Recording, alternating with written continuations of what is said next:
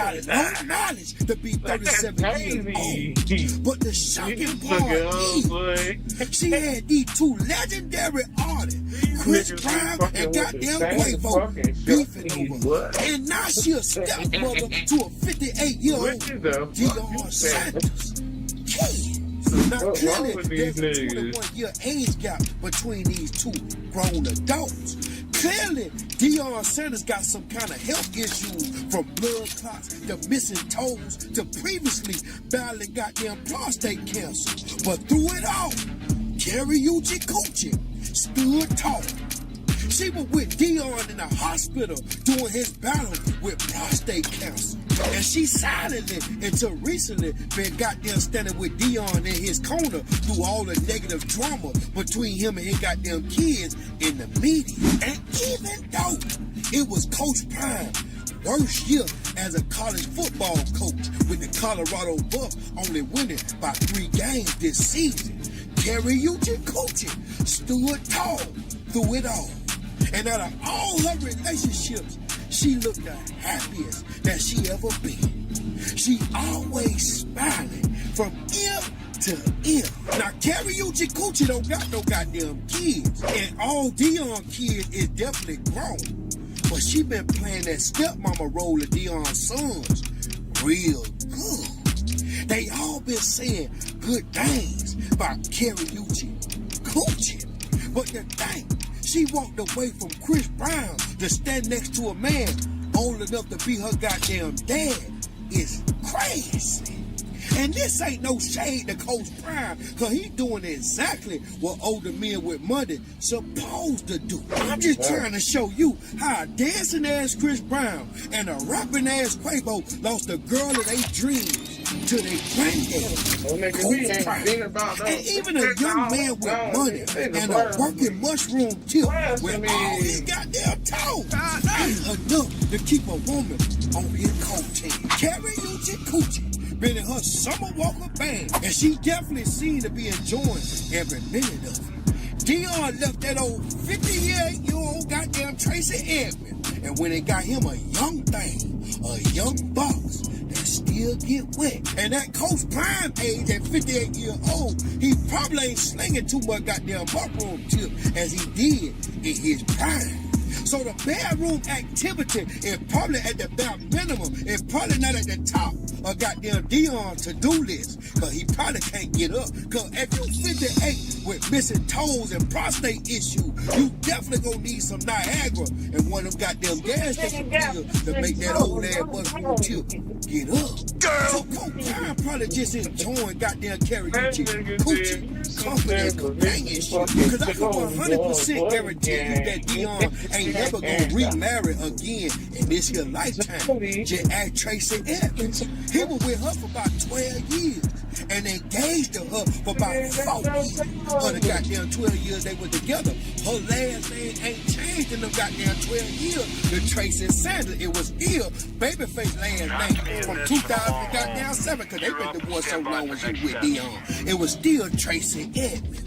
Cause Deion went down goddamn through there with 2 major divorces, and he lost money and his goddamn mind in the process. I think one of them goddamn divorces for Deion felt like he wanted goddamn himself out. And once he got back on track, he was done with that. But on the real, long as goddamn Deion and Karaoke Coochie happy with each other, that's all that goddamn matters, man. But do y'all think they look good together? Or do y'all think it's giving daddy and daughter vibes? Cause Deion look a goddamn little bit too old for Karaoke. Now she is 37, he is 58. He's gonna put his sister here in about another year and a goddamn half. At the end of the day, if they happy with each other, that's all they goddamn matter. But I'ma tell you something, man. At 58 and 37, it's a lot of mental disconnect there. You need somebody your speed, but see, a man can always date down, and a woman is always forced to date up. But y'all let me know how y'all feel about this situation. Y'all like this video, y'all make sure y'all subscribe, and make sure you comment below. We the biggest. Looks like Deion Sanders' girlfriend, Karrueche Tran, got her official welcome to the Sanders family. While Christmas shopping, Tran showed she's already part of the huddle. Riding an escalator with Deion Sanders Jr., Tran joked, "I got my stepson a gift," drawing laughs and sealing the vibe. She later gifted him a sleek black pilot case, earning a public shout-out as stepmom. What do you think of this? Look at this. Hostiles took over one of the terminals. Oh my God. Isn't it great? She buy Coach Ron for Christmas. A couple of things. I got you a gift too. I got my stepson a gift. So as I was saying, shout out to my stepmom, Ruchi, for the Ramon. Means a lot. So what did you tell them to make him get a treat? Spending the holidays at your house, we eat a tree. Because you know we haven't had a tree in like 10 years. That's a lie. We haven't had a tree since... That's a lie. Since you know when. How did this couple even meet? This is why I say I always want to find me a girl who's struggling to get on her feet because somebody's gonna need to be taken care of. And that's what Deion Sanders found. This girl, Karuchi, is used to the good life. She's been dating NFL players. She dated Chris Brown. Everybody knows how that ended up. But she can't let the life go. And here come Deion Sanders. And I don't blame him because Karuchi fine. I already know when I'm also 90, I'm gonna get me a young little tenderoni too. This is why I have to be successful because I want everybody to know that I will leave you and you are replaceable. I'm gonna get me a little Karuchi as well. Oh, you want to tell me to turn off the Xbox? Let me go find somebody else. You're tired of my "that's what she said" jokes? I'm gonna have to go find somebody else. As a man, as long as you have $1,000 in your pocket, you're not gonna be lonely. I'm not saying that you can find somebody that looks like Karuchi, but you can find somebody that looks pretty decent. There's always a girl who's a couple months late on her car payment, and she don't want that car to get repossessed. Do you see how Deion and Karuchi are smiling? That's how I'm coming to you.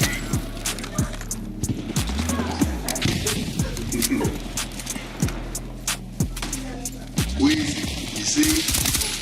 Mahogany, baby. Yes, sir. I rarely take it off.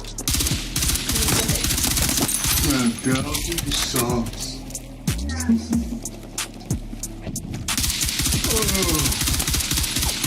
I've been here 16 times in the last 3 years. In the same position. Never doubting God, never stressing. Never second guessing. Never second guess me. That nigga lonely. That niggas be lonely over some bitches, bro. I should be. I don't understand that shit, dog. It's like things are not as fucking. This is gonna be younger like they fucking. Yeah, I mean, like, as I got older and older, nigga, I didn't realize. I mean, I already realized it, but I'm like, it's different to me. I was like, get over here, soldier. He's in the wrong way. It's like, damn, bro, niggas are fucking shit, bro. Like, you learn, like, you see it. It's like, but I just was thinking, okay, you know, we young, we in high school, we in junior high school. Maybe niggas won't grow into their masculinity. Yeah, just like, more meaner than I am now. That's it. You couldn't tell me shit. It's like when I put it in, I was a menace. So I don't know, chat. What you say? Chat. Hostiles tampered with our connection. If you're in my head, if I just the right, I always felt like I was just the right man. You know, felt like my shit was dialed in pretty nice. Too little. Felt like I was pretty beast mode when it all came down to it. You know. But as I'm getting older, it seems like maybe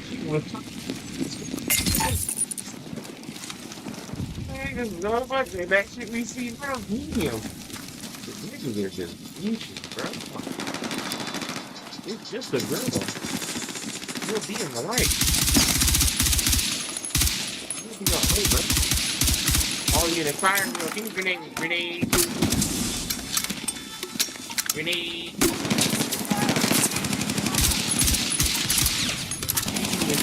shouldn't move. Yeah, I'm about to just get on the capture the main terminal. gun. Step up your Get game. on the main gun. I'm about to fight these niggas, bro. Get on them. Get on them fucking thing. Side's been wiped out. Don't get hung up on it. There we go.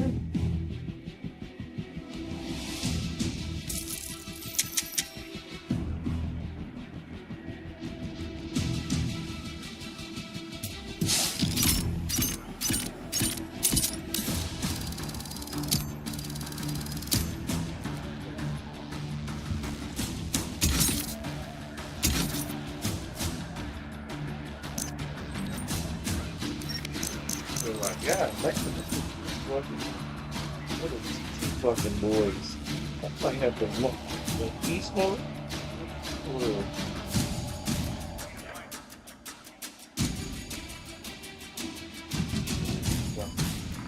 Tootsie boy.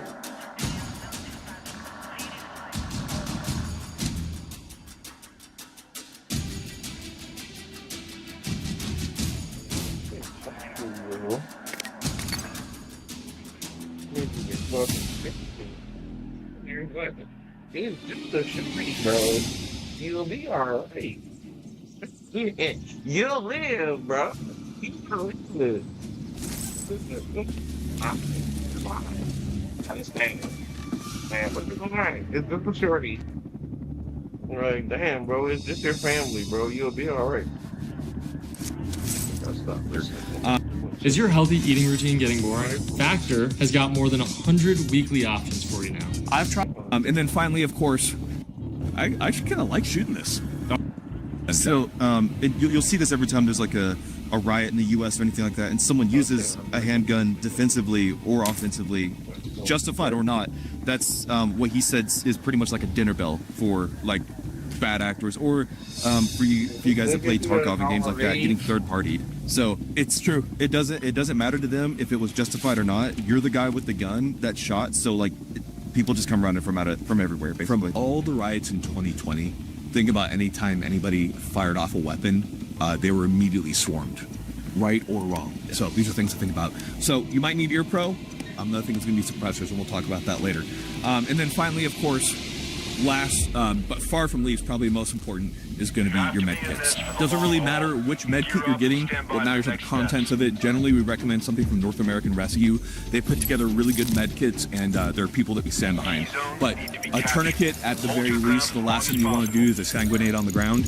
And then, of course, a full med kit so that you can take care of all the random stuff that could possibly happen to you.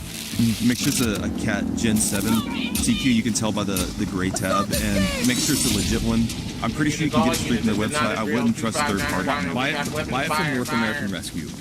As far as websites that sell only legitimate stuff, they're a website I trust. Do not skimp out and buy it from Amazon and possibly, imagine trusting your life to a $15 tourniquet over a $35. Yeah, everyone's like, oh, I'm not going to spend an extra $15. Like, as you're bleeding out, windlass brakes, you're like, it's just crap. Cool. Looks like I'm dead. So that's just like a short little primer and packs. Another great thing about packs is you can obviously put rifles in them, different types of subguns. So they are very good. Now with a pack, try to be low pro. I'm not saying like wear like a Hello Kitty one, look like an idiot, but wear something that everybody else is wearing. That's going to depend on where you are. The backpacks that people wear in New York are going to be very different from the backpacks that people wear in Boise, Idaho, out in the country. So find whatever's not going to make you stand out, and make sure that you blend in. When we say gray man, we don't mean dress up in gray. By gray man, we mean you look like the rest of the population. So that's a short primer on things that you can carry on you. Backpack full of grenades. Normal everyday stuff. All the love there. He's a very nice guy. He's a very nice guy. He's always been kind to me. Let's see here. So, with all that being said, guys, let's get into the first section, handguns. We will not go flying into the night. They're great. What makes them so great is it's going to be very easy to carry a handgun on your person. Conceal carry it. It's always on you. This is going to be step one. Almost always going to be a handgun. Now, there are pluses and minuses to it, so let's go ahead and let's delve into this. Now, we have several categories of handguns right here on the table. We have your typical. This was like meta for how many years? For a long time, like the late 2010s was a Glock 19, sometimes with a dot and in the light, you know, usually. Yeah. But it's like a not a subcompact handgun, but and not quite a full size, just on the smaller side, you know, decently portable, decently concealable. The nice thing about Glocks as well is that it's very easy to add on lights, to remove them, to customize as you need it. But what's nice about the 19 is it's small enough to conceal carry, and it's also large enough to shoot well. If you don't know, the smaller you go with the handgun, the harder it is to grip, the more it recoils. There's a balancing act there. But with increases in technology and what we understand about recoil, we now have some very good options. So John right here has his personal 43X. Yeah, so this is like the min-max, whatever. I'd say it's sampling. So yeah, it's just It's like stock tier. This is the S tier 43X. So take stock 43X MOS, Apex trigger, Streamlight, TLR, a Radian Ramjet, Paulson EPS carry, and then the Radian Magwell. And I mean, to me, this is perfect. It's getting close to like the length of a 19, but it's a lot slimmer. And it's easier to carry because of that. One thing is that, you know, as it's fatter, it's going to push out more. And so we're going to be testing these directly along some other handguns because, as you can see, roughly the same size, but with the comp, it's going to be interesting to see which one feels better as far as performance-wise. Another very important consideration is going to be cost. We're not all riches, tech, and buildings and islands. Yeah. But so you got to think about cost. A Glock 19, a stock like Glock 19 runs between 500 and 600, or used you get them for about 400. The 43X, similar, but with all the extra doodads tricked out, you're spending more money. So the question is although I can trick this out, you get the performance up, it's going to be a question for you, is it something you can actually afford? That's always going to be a consideration. I'd say grand total, that 43X as it stands is almost twice the cost as that 19 with an RMR on it. And it's like, yeah, of course it's smaller, but like, do you get, you know, a little bit more shootability? So is it worth it? Is it worth it? And that's a question that we can't necessarily answer for you because we're not. That's going to be a question for your own finances. Now, this discussion of cost is going to be brought up in all the other categories that we're talking about. So, we have your most basic handguns, and then of course you can go to the size handguns. So whether it be something like right here we have Glock 47, you have your typical full size 17 size handgun. These are great. So very dependent on the weather. During the winter, I carry a 17 or 47 all day long. It's easy. But if you're in a colder environment, it might be a little bit more tricky. Right here we have a Beretta M984 for all my GWOT guys out there. But we also notice that we have a threaded barrel. So here's where it's going to get interesting when it comes to handguns. Is like we talked about, if you discharge a weapon, it's loud. It's going to bring people to you. Being able to possibly suppress that noise is very, very nice to have. Now, there is one thing. Suppressors on handguns are notoriously finicky. So understand that suppressing a handgun, it's not something I would necessarily count on. We have a really nice suppressor here. We have one of the Huxworks, the newer cans that they have, very lightweight, very little effect, and with the Nielsen device, it should run 100%. And it typically does. They just get your guns very dirty. So understand that although you can quiet the noise on a handgun, you're not going to get the reliability you would get over something like a carbine, a submachine gun, or possibly suppressing a rifle. So first thing we're going to do today, guys, is we're going to run a basic drill going out of the car with these handguns, and we're going to see how they compare. We got the drill set up right here. We got the steel at about 30 meters, 25 meters. So that's going to be the first target. Mike is going to identify the visual threat, aka whenever the beeper goes off. Engage him with 2 rounds. Another threat right there, 2 rounds. He's going to take off, getting to his vehicle to escape. So right about here, you're going to notice this guy approaching with a weapon of some kind. 2 rounds, getting in his vehicle to get out of that situation. And he's got another surprise visitor right here. So I think it's going to be a good evaluation of all the weapons, whether it's shootability at a little bit of distance, and then also how well you can maneuver inside a vehicle. So I think it's a good test overall. Let's run out these handguns and see what feels good.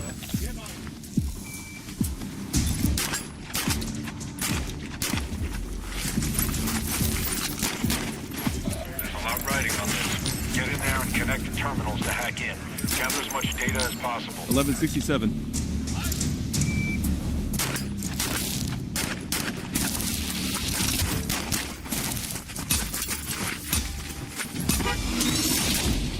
soldier. Keep moving, move it, move it. Cool. We got Alpha Charlie. Right here we have an Alpha Delta. This is fairly common on a farm. Delta. So we got 2 Alpha stacked very cleanly right here. Good shit, John. Fan out. All that units spread out first.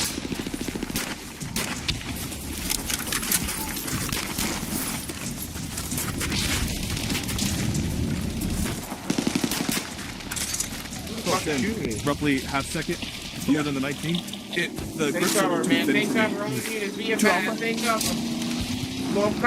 Alpha Charlie, by the line break. And then we got Alpha Charlie right there. Take cover on the well. Oh, that's them shoes. Someone knocked one of our terminals out of commission.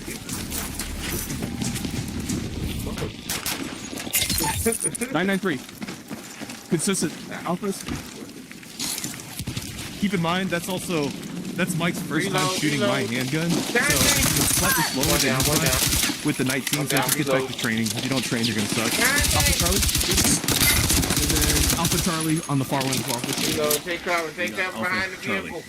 Now, with each of those, they made a lot of noise. Let's show you what it's like. Get a little quieter first. Get ready. Stand by.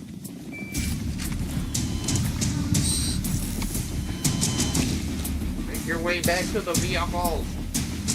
Are we losing? Okay, no, we're good. Third place. Keep going, boys. Steady as you go. All tactical units fire of you.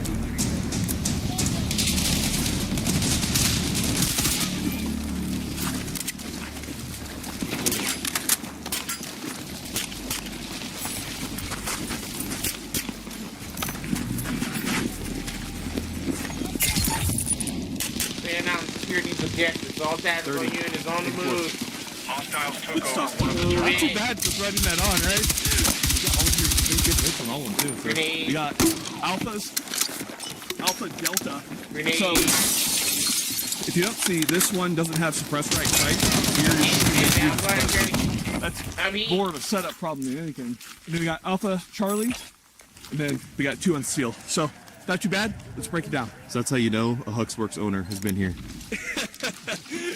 So we just finished our little competition here. We're going to talk about thoughts and how they all shoot. But first off, I think the elephant in the room is going to be suppressors. So we wanted to show you threading on a suppressor. The biggest thing with that is you're going to have a thread protector, so you have to take that off first. You don't want to run it without a thread protector because those delicate threads could get damaged, and then, well, you're never going to mount your suppressor up. Now, obviously, once we mounted it, we see this little tape trick right here. Now, we did not come up with that. That came from Drew Hopkins from Dirty Civilian. We love those guys. Go give them a lot of love. But all you're doing is you're wrapping electrical tape around it based on the number of turns you need to get it down to the bottom. So all you have to do is tighten it at that point. So it was 5 wraps for us, correct? Yep. So once you have it, basically thread it on. You're just going to get it lined up, get like 1 or 2 threads on there, and then you're just going to pull it, give it a little cinch down, and then you're good to go. It's actually a genius idea. It's a great idea. Now, another thing that you saw too is I didn't have a round chambered when I was doing that. You don't want to be working and threading on a suppressor with a round chamber if you can help it. I understand things get crazy. That's why we ran it with an empty chamber. Now, with all that being said, obviously a suppressor is going to be great if you can get one because of the dinner bell. But let's talk about how the pistols performed and what we liked. 19 versus 43X. I love the 19. I used to have one. It's kind of like you said earlier. It was like the meta for a really long time. Still the meta. Don't let anybody tell you otherwise. It is fantastic. But like moving to something like this and putting more money into it, like I mean, at least for me, I like the little bit of performance gain. Yes, I know that it is a lot more money. For me, it's worth it. It's a little bit skinnier. Don't let it drop. I like how it fits into a lot of concealed carry holsters. It's very, very, very slim. But you probably already have one of these, and I mean, it works. You're used to this more than the tiny pistol I get at this point, because that's the and you did better with this versus the 43X. And to be clear, the 43X was easier for me to shoot. This gun does have very little recoil, so let's talk about that for one moment. The 19, I love it. I'm used to the fatter grip. The 43X is kind of slim. I'm surprised, John, because you got bigger hands than me. So for me, it's a little bit hard to grip on the 43X because the grip is so small. I like just a fatter grip. It's just easier for me with my pistol grip. So that's the only issue I ran into with the 43X. If I had the 19 with the Radiant Ramjet on there, and that lock setup, this would be cash money. So obviously, guys, you're going to get a performance increase from adding that stuff on. It's just doesn't make sense monetarily for you to do so, and that's going to be your own. You're also getting into more proprietary. Like, for example, this only likes the micro red dots that are coming out now, which, to be fair, there's a lot of them and they aren't that expensive. But this is more of like a, I guess you could say, legacy micro optic pattern. Like, of course, the good old RMR. Also, we were running 17-round mags in it. We can quickly throw in a 32-round stick if we want. I can't do that with my 43X. Like, the best I have is these 15-round magazines, which these have been good, but it's still from PSA makes those ones, correct? Yeah, the micro dagger. Yeah, those were great. They've been very reliable. It's just there's only 15 rounds versus I mean, if you wanted to, you could put the 33-round stick mag. Yeah, and I did run the 17 mag in here. You can over insert on them, but otherwise fine. And that kind of gets into the idea of resupply. If things do get violent and you find someone who doesn't need their gun anymore, and happens to be a Glock 17 or something like that, then you can use their mags. You need a very, very common handgun. Caliber, I'm sure you guys are going to bring it up. Carry whatever you like. We recommend 9mm. Obviously, 40 and 45 are an increase in ballistic performance, but ammo's going to be a little bit harder to source. Sorry, for all you boomers out there, 9mm far outpaces everything else. Now, pistols, awesome. Suppressor, awesome when you get it. Now, let's talk about a hybrid option, and that is going to be the brace or the chassis system for a pistol. So we have two different examples here. So right here we have the micro running. You can literally just drop a Glock 17 into this, and you pretty much have yourself a much more stable platform. You can have better optics on here, you can have lights on here, and in fact, they do have a version now that's cut down so that if you have a dot on your slide, then you can simply use that dot on your slide. So there are a lot of different options. Obviously, you have the Flex Raiders and stuff right here. We have one for the P365. These are cool because you can actually get holsters that work with this entire thing so that when you draw your gun, it's going to automatically deploy that stock. So for some people, I actually do see a good amount of people now moving over to some of the smaller Flex chassis systems simply because of the... Stay out my fucking lane. Simply because you can conceal carry a very effective weapon. You can shoot it like a handgun if you need to, or you can deploy that little brace right there. We'll run a shorter drill with these two just to point out how useful it is. And just so you understand, this right here, all you're doing... Out of there. Simply just ripping that thing out of there. Now, again, if you have an optic on here, you have different kits, and this isn't the only kit out there.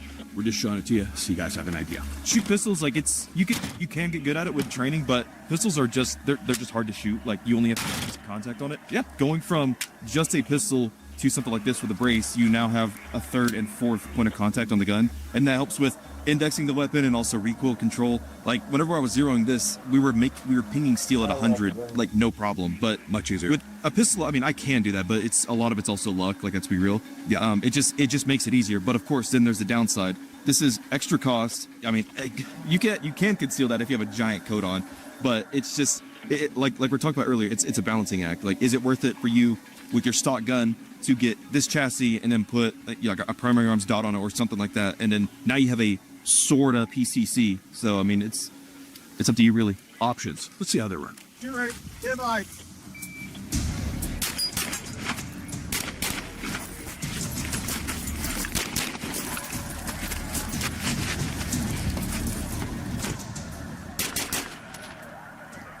$11.41. Sorry, I gave him 3. Why not? Yeah, you probably would have been like 11.20 without it.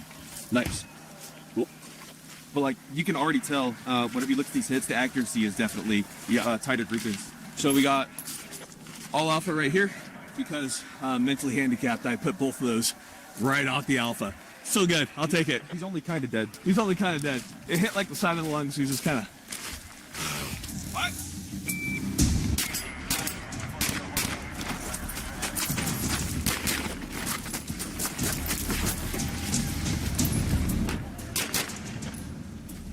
.991. You're very consistent in the 9s. I mean, you beat me because you got 1 alpha on that one. It's for a somewhat, I guess I could say maybe crude design. Yeah. It is a little bit of a performance. It isn't just because you have all those points of contact. You can really suck into the gun and control it. Let's go and try out the Flex. Yep.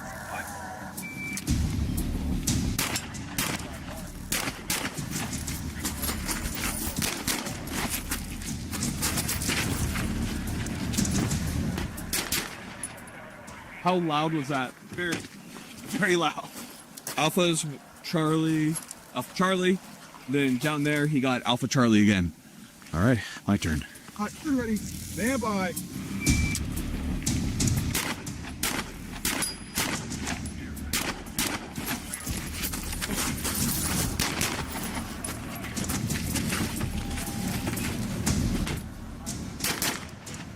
$13.62.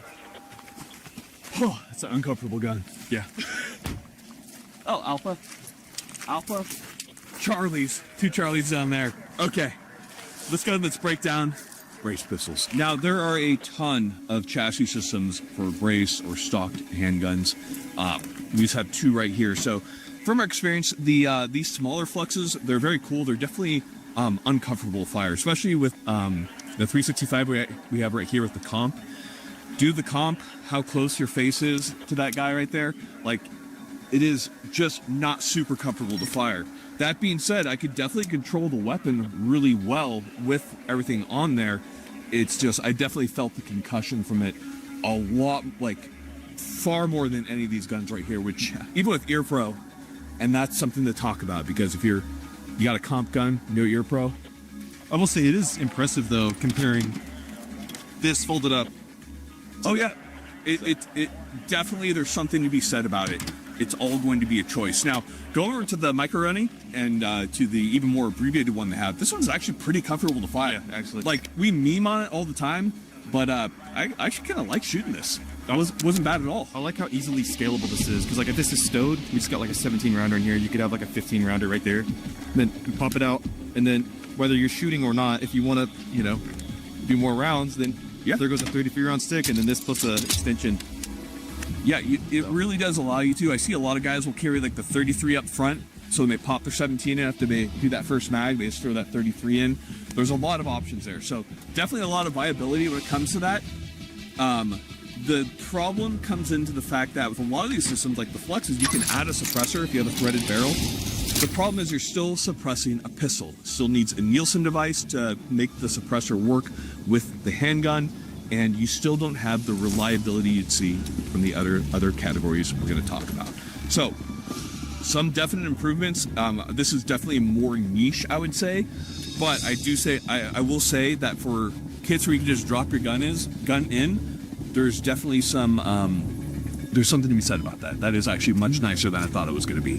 One quick thing about suppressing pistols is the one can that I've seen that you pretty much don't need a booster for is the Stealth Additive Works Shiv, which was very impressive. Just know that it's not going to be, it's not loud, but it's not going to be the quietest can. But there are options like that. There's always a balance to everything, and those do work really well. We do love those guys over there. Okay, both brace chassis systems. Let's move over to PCCs. So this is definitely you, and this is definitely the guy that she told you not to worry about. So we have pistol caliber. Damn it, John. We have pistol caliber carbines. Obviously, going up to a pistol caliber carbine, we are seeing a ginormous increase in price. Now, there are pistol caliber carbines that do come at a lower price point. Just understand, if you are betting your life on something, we're not really going to have much of a discussion on this, but buy something that is well vetted. So we have a couple really good pistol caliber carbines right here. We're going to talk about them, show you how it works. So first off, when you step up to a pistol caliber carbine, you get all that control that you get from these chassis systems. You're firing basically the same round. You have a 9mm. Sometimes you'll have a little bit more barrel length, which will add a little bit more velocity. But for the most part, you're looking about the same ballistics. Now, here's the one issue that you run into with a pistol caliber carbine. You can't exactly tuck this in you can tuck it in your waistband, but you're not going to fool anybody. So the concealability on these is much lower. This is something that you might want to have in your pack, for example. So this is where something like, a pistol caliber carbine could excel, because even on the MPX right here, you can fold the stock. So these can fit into backpacks fairly easily if they're not full of grenades already. But the point is, you do gain a lot of capability. And one really nice thing about these is that suppression on a pistol caliber carbine is much, much easier.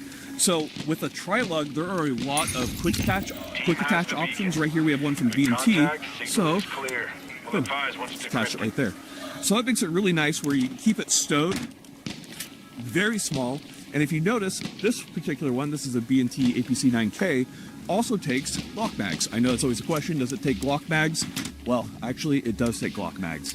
So your ability to have the same magazine as the gun you're carrying is much higher. So maybe you're carrying a Glock 17, and then your kind of step-up option is a pistol caliber carbine with a detached suppressor for when things get a lot more hairy. I absolutely love my MPX, especially with the upgrades from Inlaid We Trust. I think it's a great, it's an amazing platform with how modular it is. Of course, it's very expensive.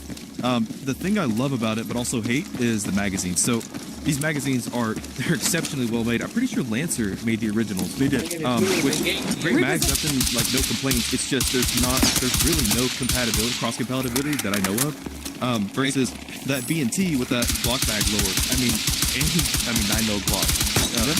Without talking about the bullets, takes mags outside of something like the 43X, like any 9mm Glock mag, you can just throw in that and then go to work. And for the APCs in particular, they also have the ability to swap lowers. There's MP5, there's the typical TP9 mags and Glock mags. So that's kind of nice if you're looking at something. You also notice our optics that we have on here. We haven't really addressed this yet, but if you're looking for something that you need to have tucked away, that you need to have on you, that needs to be always on, we're generally going to recommend Aimpoint. So right here we have an Aimpoint T2. You're really thinking around with it. We haven't switched on SRS because I'm a quick idiot, but running something like a Geotech is great. Geotechs are amazing for night vision shooting. They're amazing for CQB. However, the battery life does leave a bit to be desired compared to the Aimpoint. You can't just leave a Geotech on. They will auto shut off. And compared to an Aimpoint, you can leave this thing on for a very, very long time. So, again, there's going to be more consideration when it comes to your PCCs. You can also see that these are set up a little bit differently. Most of these have a full-powered weapon light on here. That's going to be important. Being able to positively ID what you're looking at in a chaotic situation is going to be very important. Now, we've done a lot of talking. Let's do a lot of shooting now. Let's run roughly the same course of fire. We'll be adding one target at a time.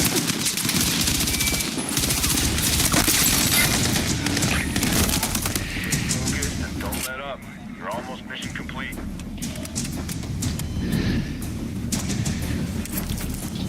Busting that video.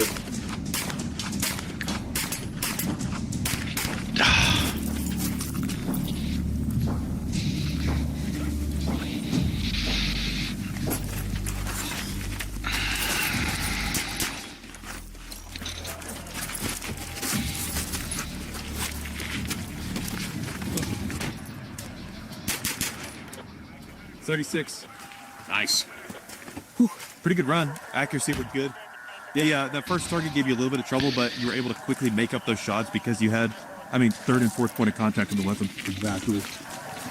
Good Alpha. Cool, feels good. Alphas across the board. This is at the first far target. Corrected. Feels good.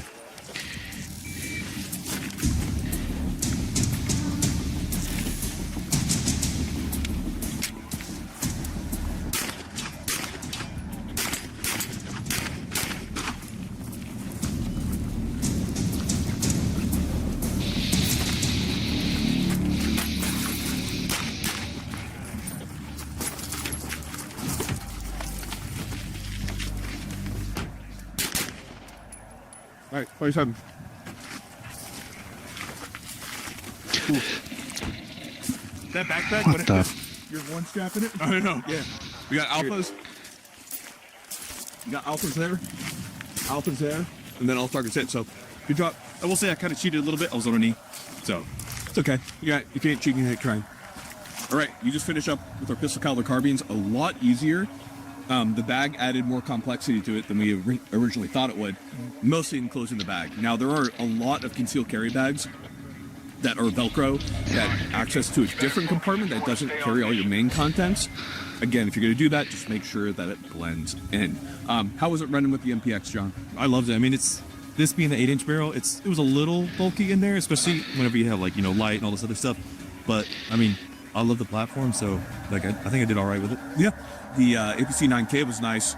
As far as attaching the quick attach suppressor, that was didn't really add much time at all.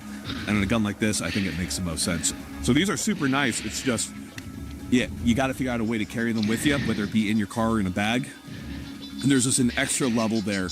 However, definitely a lot more lethality and be able to carry this a lot more capability because our ability to hit out past 40, 50 yards, much easier. Obviously, you can shoot, at 100 with a pistol, but man, it is so much easier when you have a stock.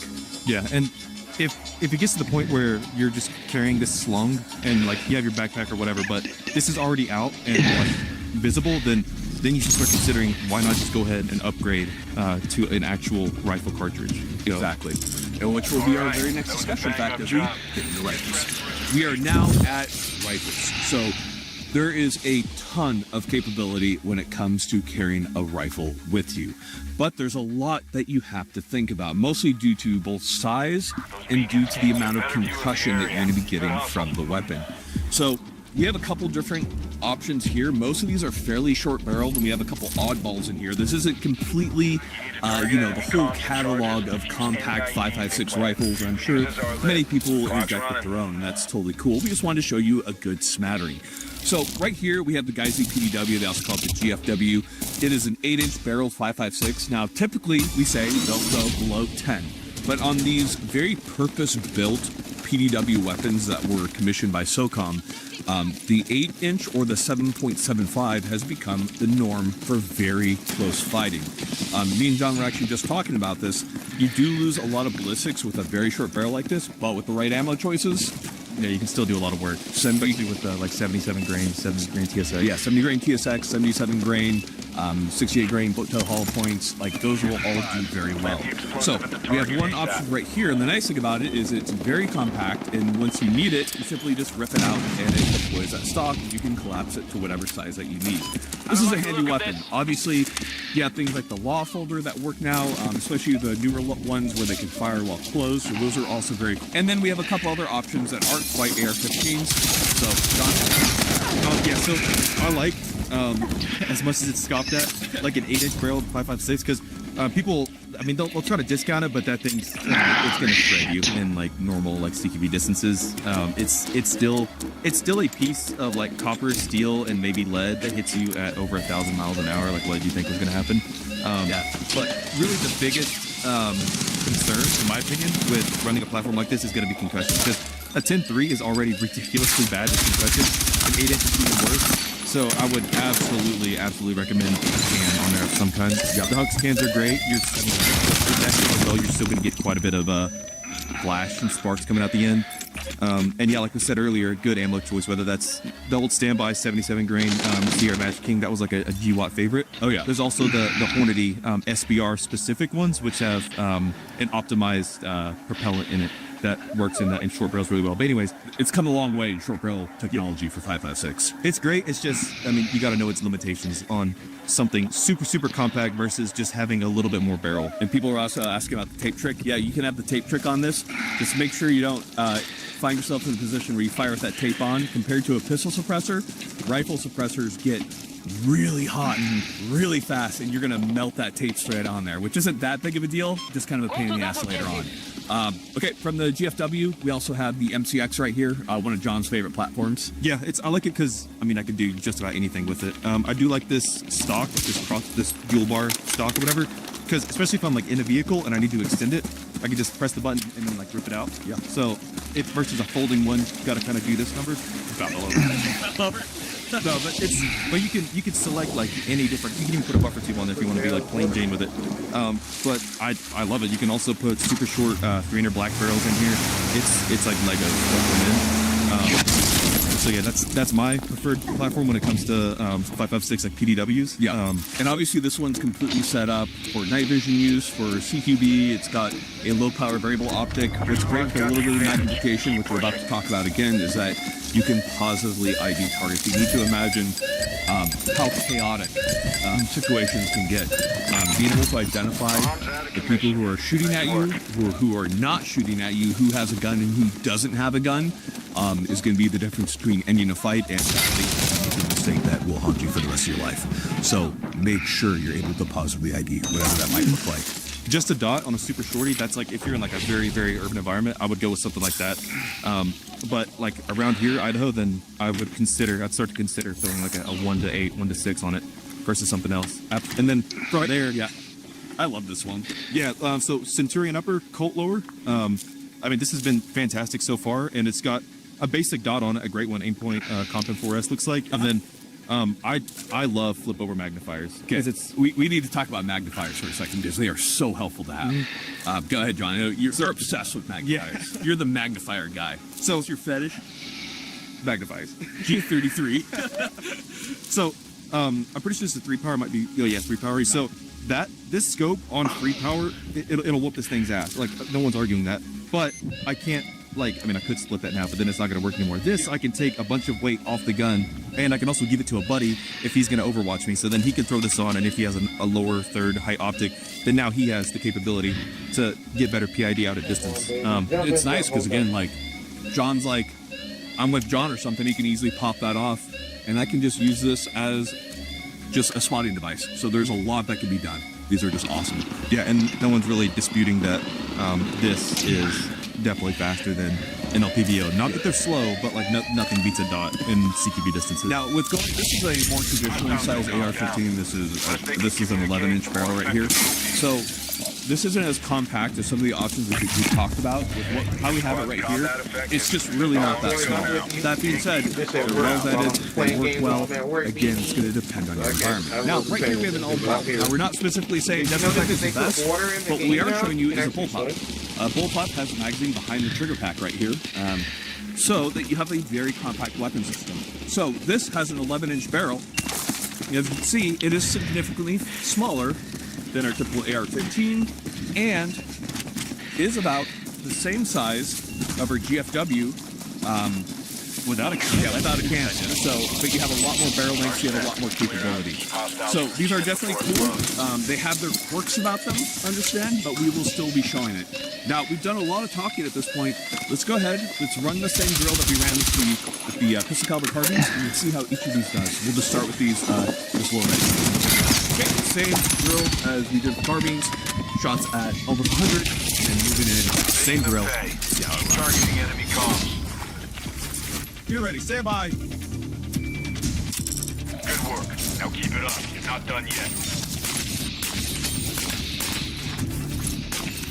Some came up second place while I was AFK because it's just for the pros. Way to take Not the how you fight. start, boys. Fight, Remember, you're not done yet. 15. Nice. Okay, you know what? Solid clean hit right through the center. Single shot through the engine block. Key zone needs to be captured. All right, that one felt pretty good. Again, me messing up that far shot, that was me pulling the trigger on those. We got it. A little bit of a little rough time. Yep. Got ammunition over here.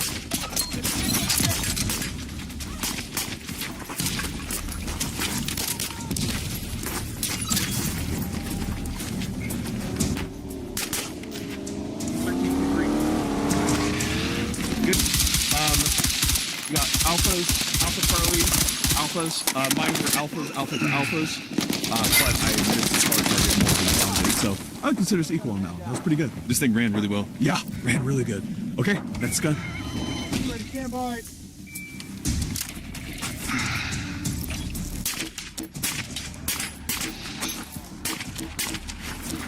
Heads up. Shooter on your team is securing your zone.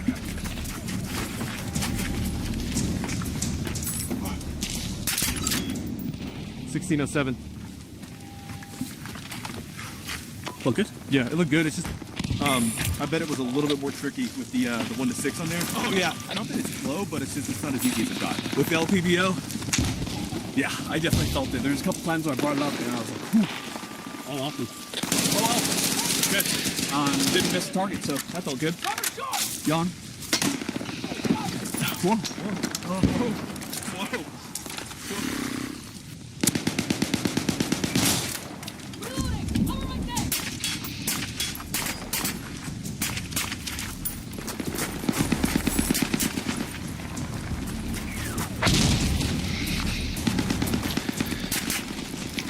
$13.18. Good job, John. This one, I just one shot. Oh, at that one? Yeah. Don't look into the scope if you're that close. It was quick. Alphas. Like Alpha Charlie. Yep, Charlie. Alpha Charlie on that one. That'll make this. Alpha. Cool. Good. Just one Charlie for John. It's done.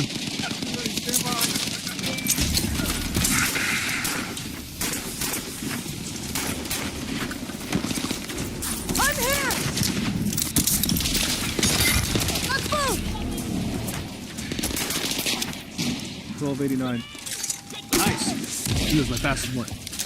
I shoot too much, but I love this gun too. Another thing that, I mean, I literally just noticed right then, like short barrel rifles are great, but already right there I felt the concussion way more than the BCCs, which is definitely a consideration if you're not running good cans.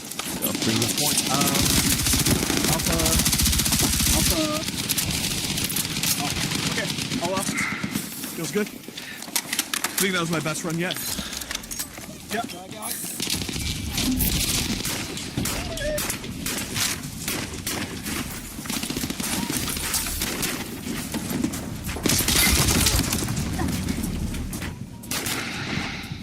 Shooting 1169. Looks like one Charlie, and then one Charlie over there. Yep. Stand by.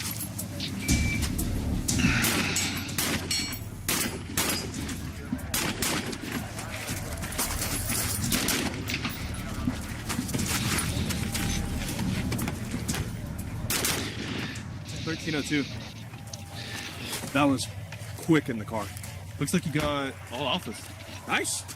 Yeah, all alphas. Sick. All alpha, 13. Take it. You definitely feel the recoil on that more compared to the more traditional designs. Just a consequence of the bullpup. Waits a little more back, so it kicks up. Are you ready? Yep. It's hitting. Okay. All right. I see where it's hitting. It changed the point of impact.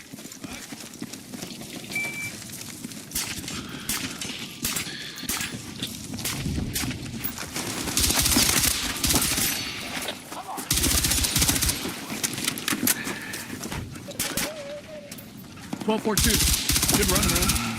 So John had to throw a suppressor on that guy because just didn't want to. I don't. A lot of concussion, but now not so much. Not so much. Okay, let's check out Don Chops. Alphas. Charlie. Alpha. One Charlie, John. That was good. That was really good. So John's point of impact did shift with the suppressor. That's something that should be noted. When you zero it without a suppressor, go to a suppressor, you're going to run into some changes. Okay, let's go. Let's finish up. Let's talk about everything all together. We didn't even find that much out of it. Okay, so we have now finished up the rifles. Between everything that I used here, obviously the easiest for me is going to be the, basic AR-15 that I know and love. Because for me personally, this is a weapon system I train the most on. Very close to that is going to be GFW for me.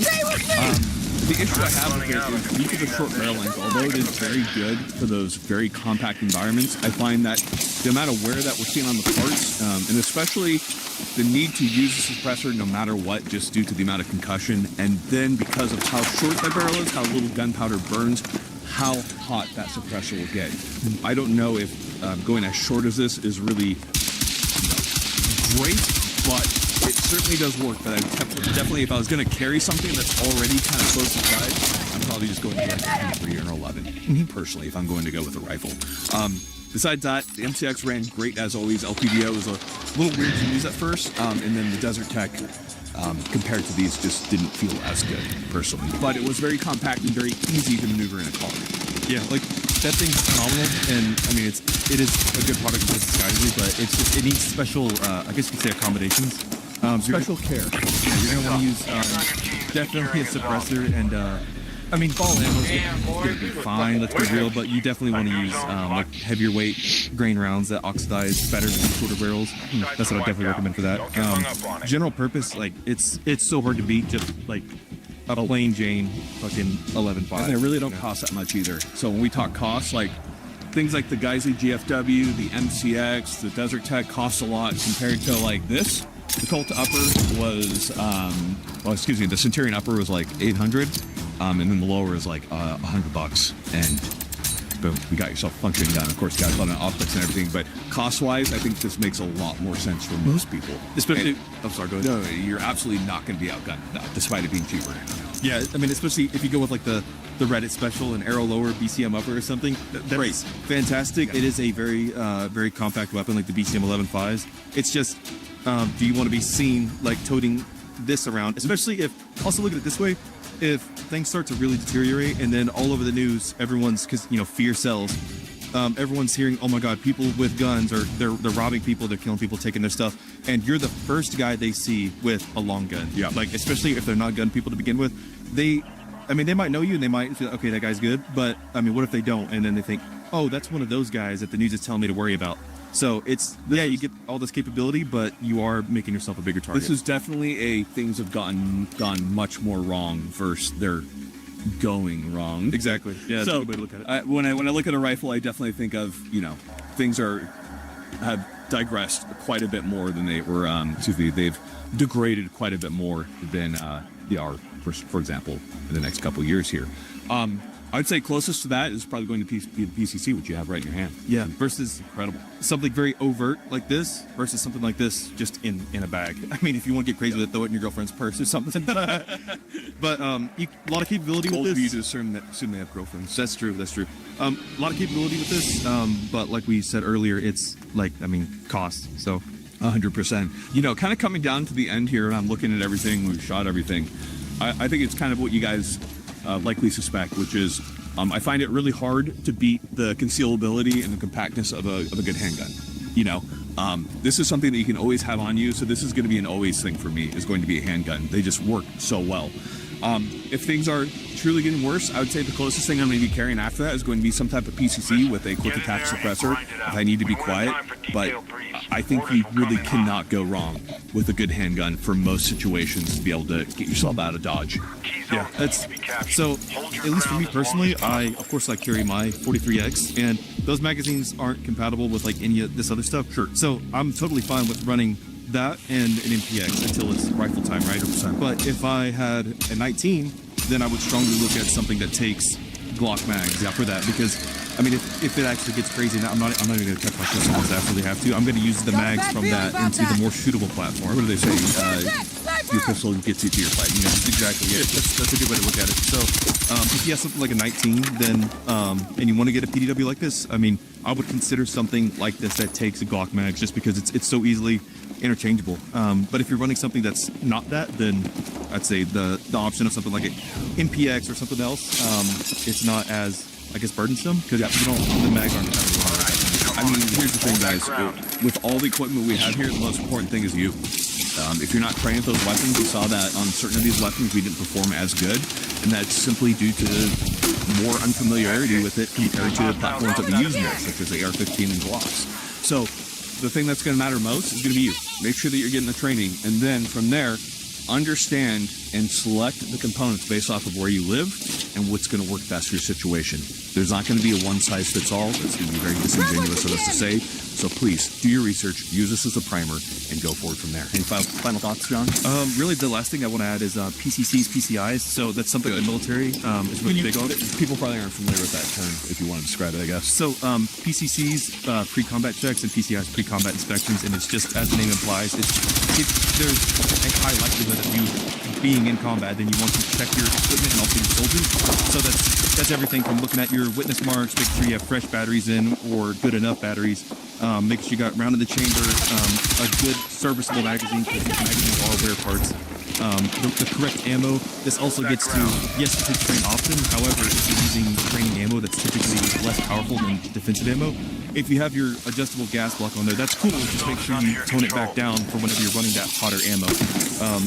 Try to run some of your defensive ammo each time. That's true, because like we saw with running the can on the Wolverine, it had a slight POI shift, not much, but it was still a shift. And with running defensive ammo that might be a different grain weight or hotter, it's most likely going to have some shift. Now, it might not be enough of a difference to make a difference. That's a Paul Hero quote, but it does. But it doesn't matter. So just wanted to throw that out there. PCCs, PCIs, just you're not above it, and neither are your friends. Like just check one another. You're bound to miss something. The most advanced Delta Force space gunner, shuttle gunner dudes do their PCCs, PCIs. Absolutely. Whenever I was in Iraq, we were doing stuff with CAG. They were checking each other. Like, you can be the most secretive on the planet. It doesn't matter. Like, you might miss something, and that's having a buddy helps to check. Always buddy check. So always buddy check. That's why we do everything. Guys, thank you so much for watching. There's a lot going on here. Study it, get in the comments, tell us all that good information. Final thing for you guys, we a little bit of dad advice. A little bit of dad advice here today is training to take you away from your family. It is very important. Things that I recommend is bring your family with you. Make the training day a family event. Train together, have a good time. It doesn't always have to be something that's, going to a park. Just get out to the range, get out to some public land, do some shooting. Kids will love it. Guys, thank you so much for watching. Don't forget the Patreon, because it's everything that I don't want you guys to see, how much I mess up sometimes. So go check it out, guys. Thanks so much for watching. Nothing else for you now, but always great stuff coming. See you later. See you around.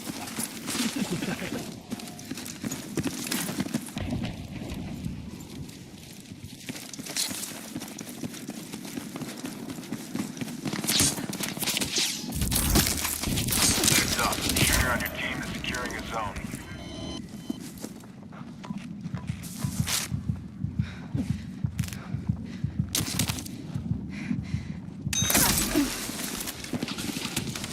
Keep at it. Do not let up.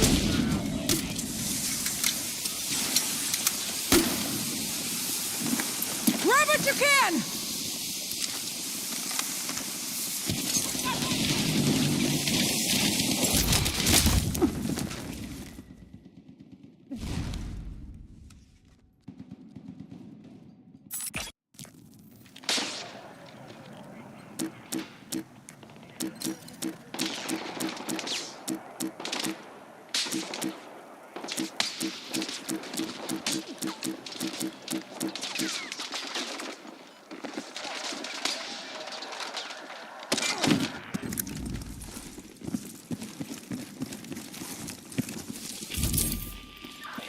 Hold that ground.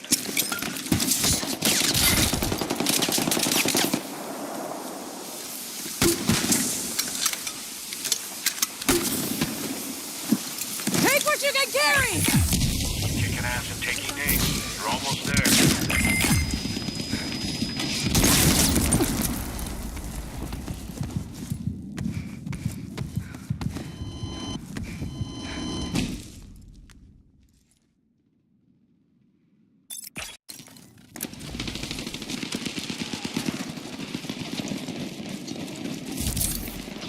That's it. Keep those hostiles off that objective.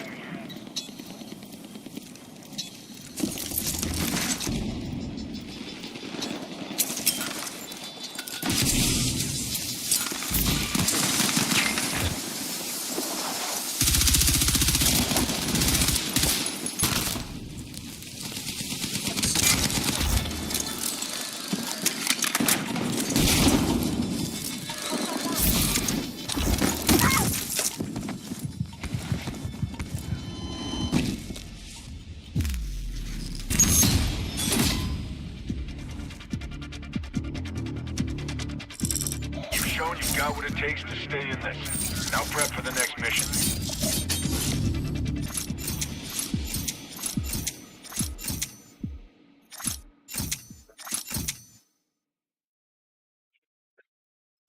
That's gonna pay off down the line.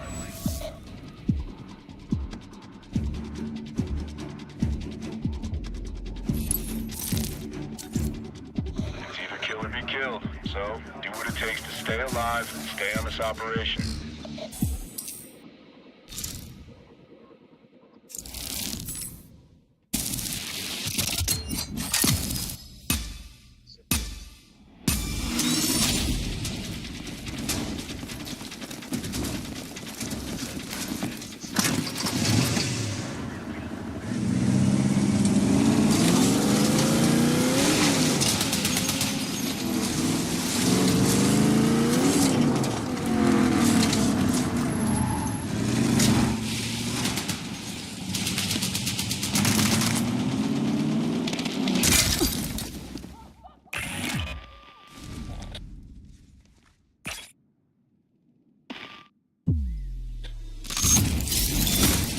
Side's been wiped out. Don't get hung up on it. What, we lost in that? What the hell?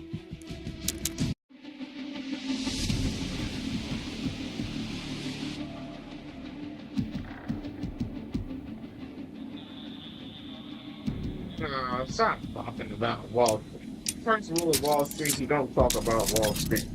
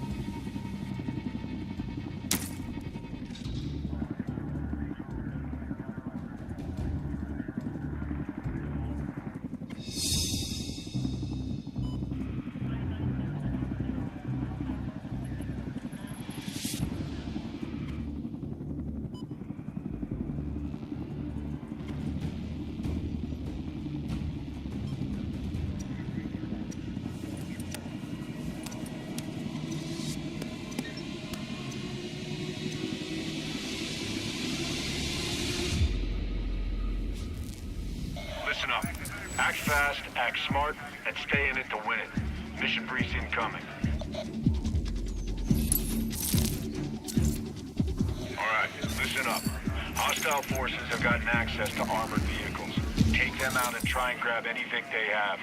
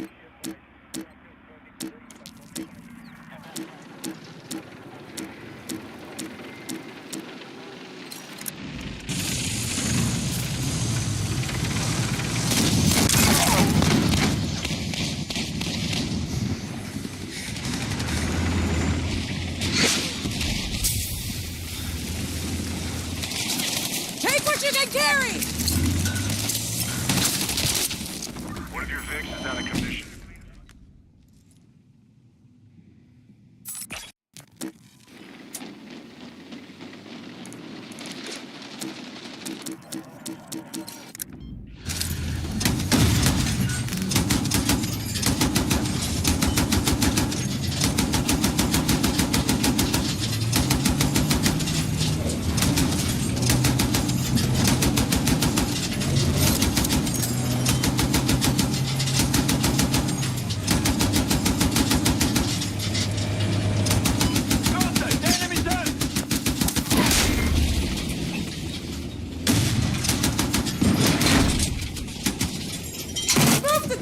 Formation! Enemy tank!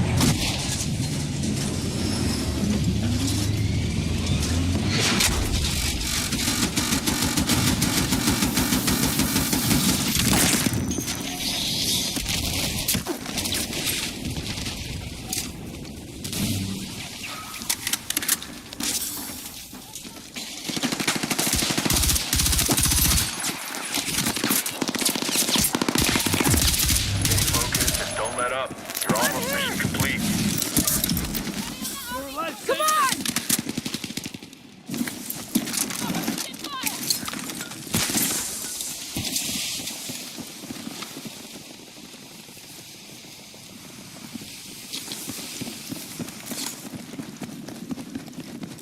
Marked combat vehicle trailer.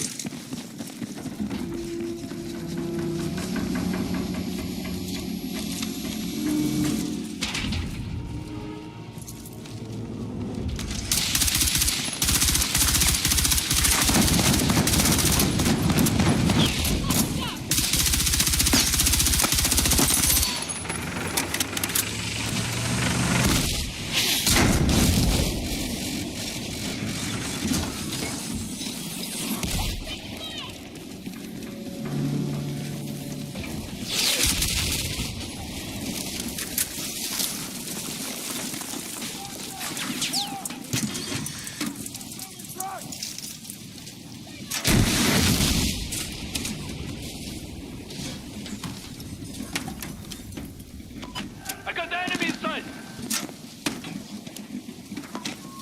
There's a dangerous spot here.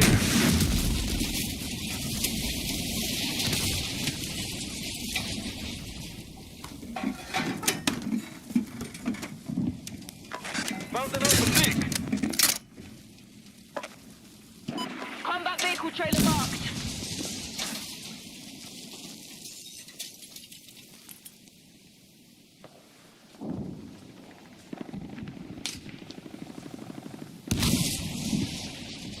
We're down a vehicle.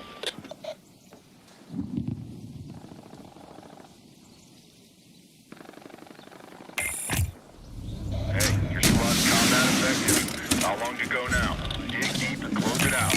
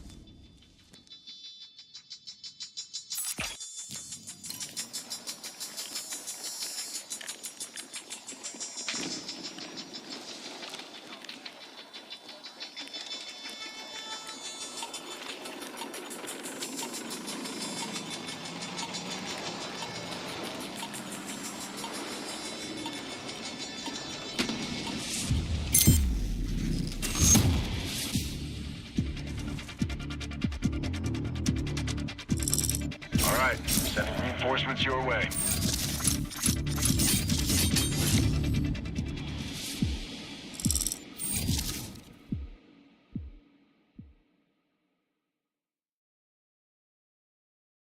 Solid work. Stay on top of them to hold the advantage.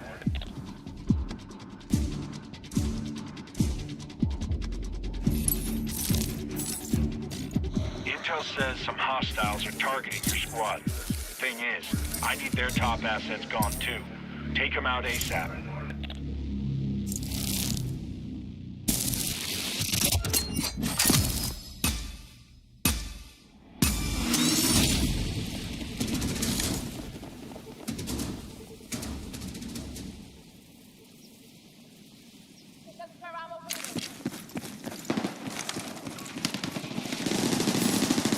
New target. Track him down.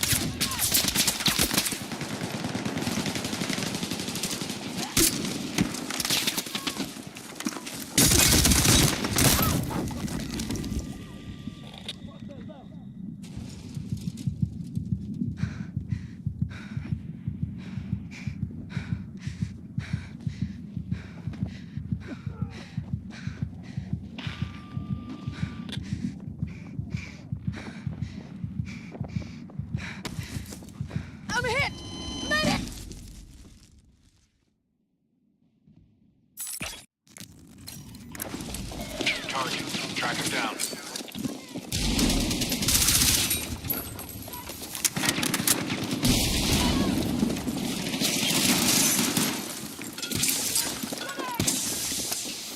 Another high-value target inbound.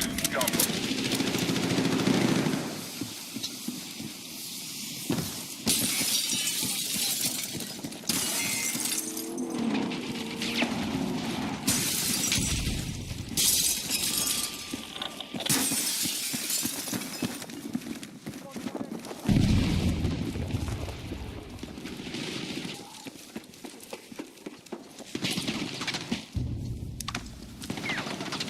You got another high-value target inbound. Key enemy shooter in your area. Drop him. Target. Track him down.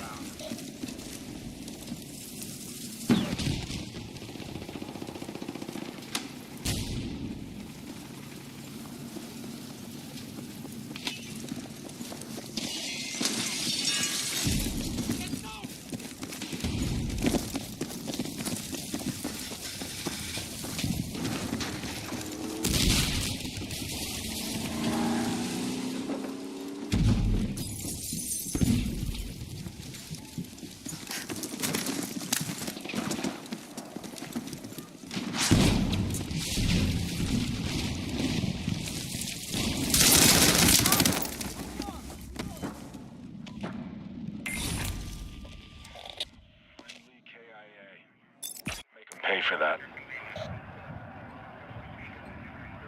New target. Track him down.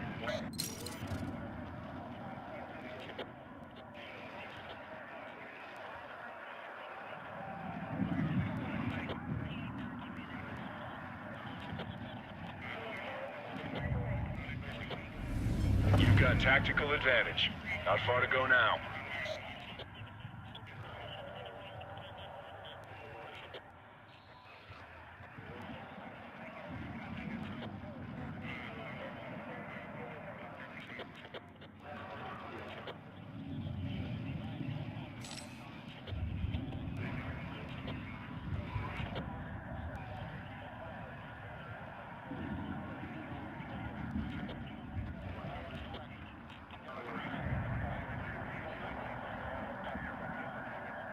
Another high-value target inbound. Dump him.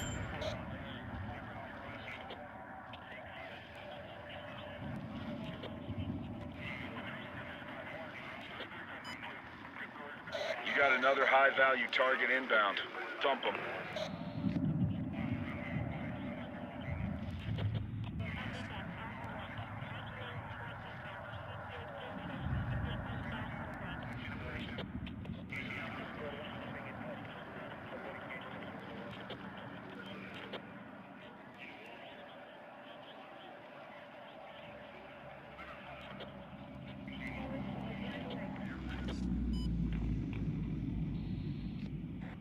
Key enemy shooter in your area. Drop him.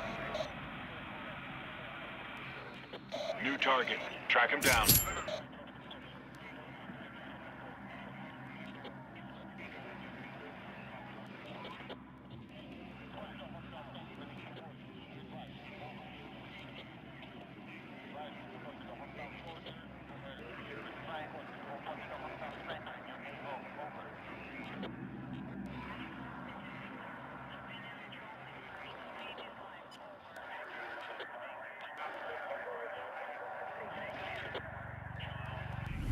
Keep kicking ass and taking names. You're almost there.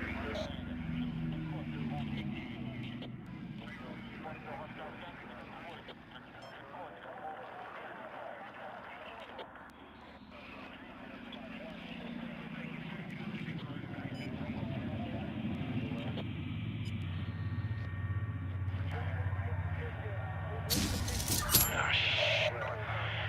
You got a KIA.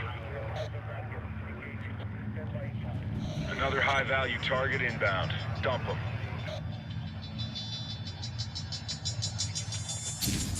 We got a friendly KIA. Make him pay for that. New target. Track him down. You got another high-value target inbound.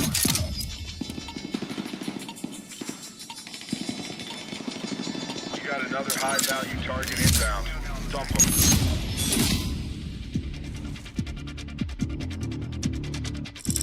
Good work. Now keep it up. You're not done yet.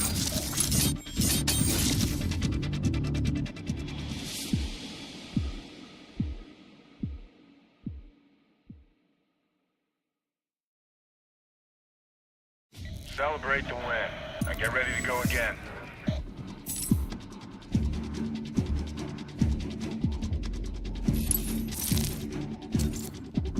Secure the terminals. We need to figure out what the hell's been going on here.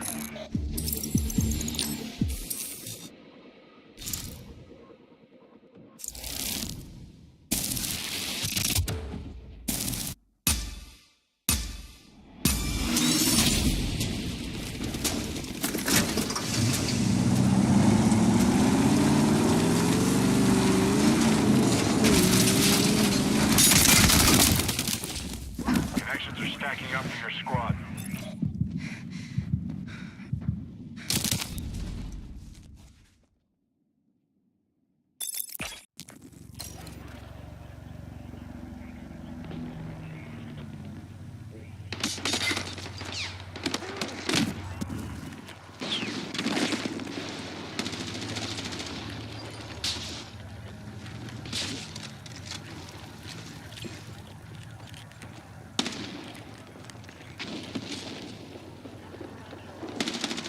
Terminal offline. Hostiles tampered with our connection.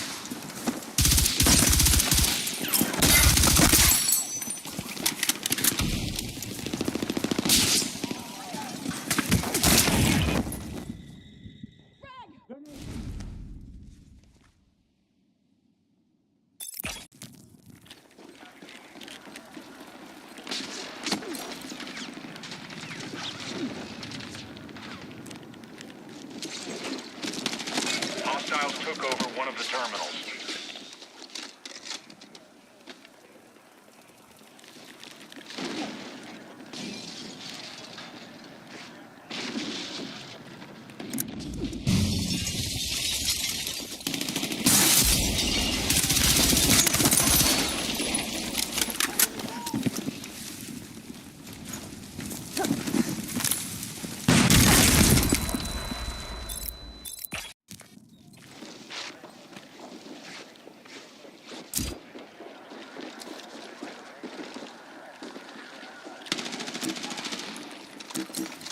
The enemy just captured a terminal. Step up your game.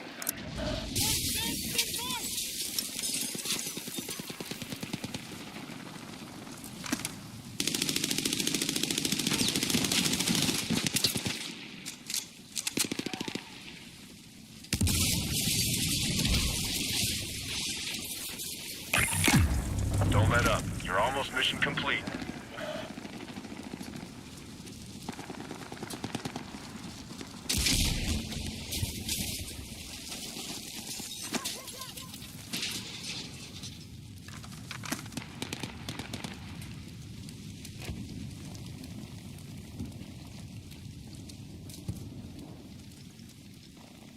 Someone knocked one of our terminals out of commission.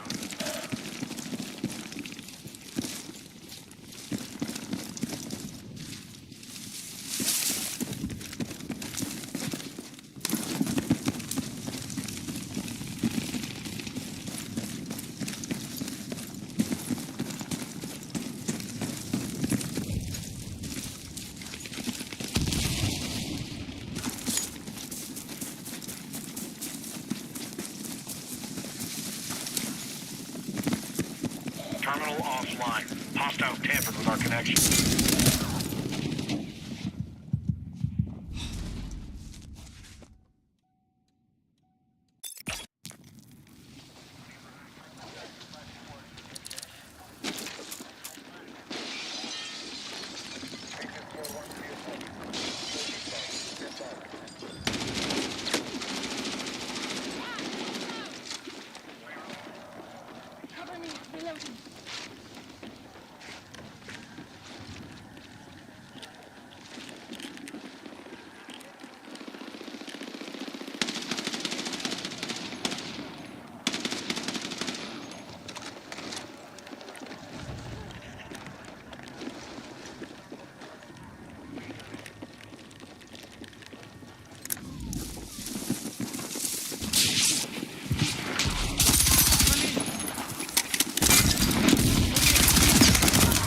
Combat effective.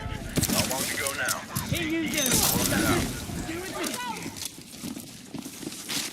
Another terminal secured.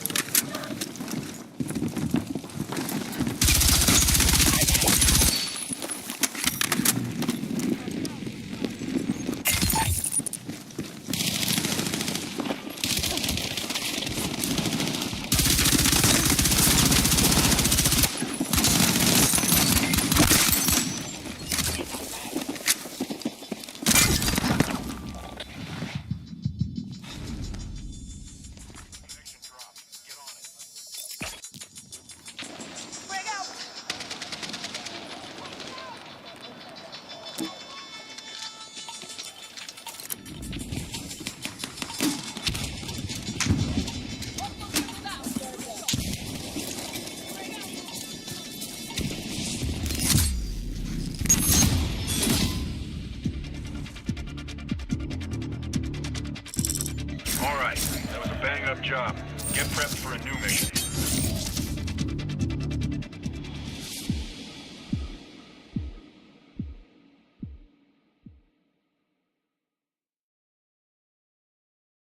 Way to deliver. We're one step closer to narrowing down who these PMCs are.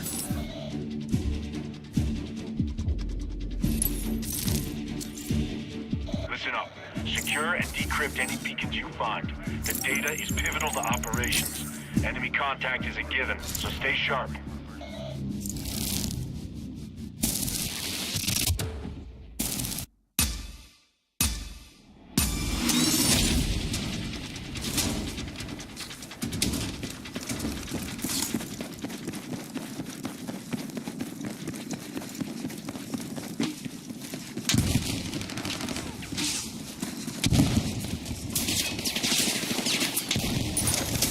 Stay alert.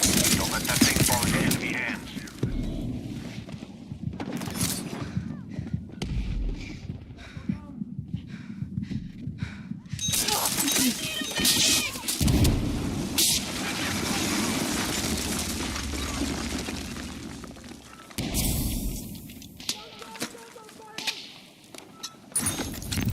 Okay, I'm getting a beacon signal. Hold on to it while I seek info.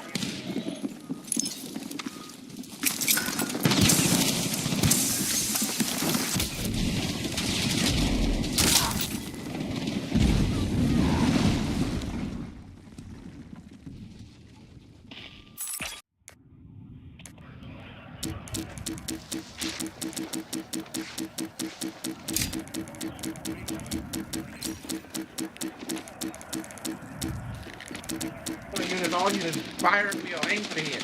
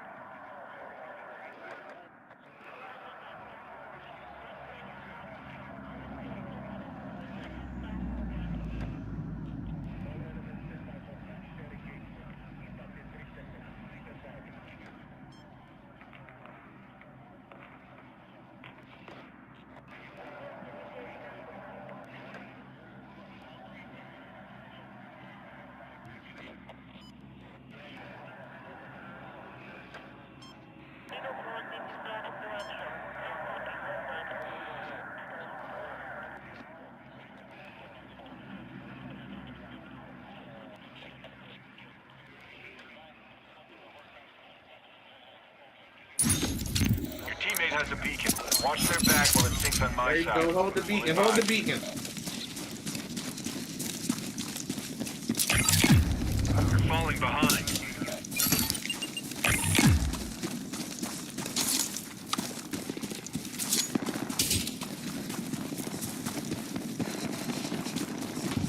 We in the lead, baby.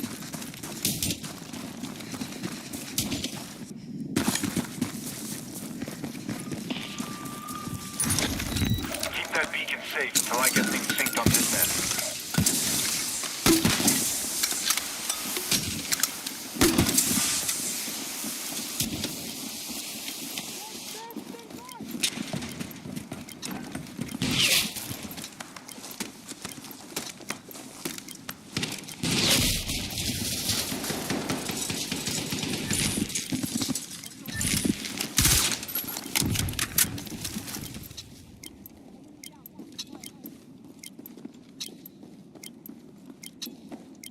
For the lead, baby, for the win. That's it. I got a clean upload. Need hands on the next one.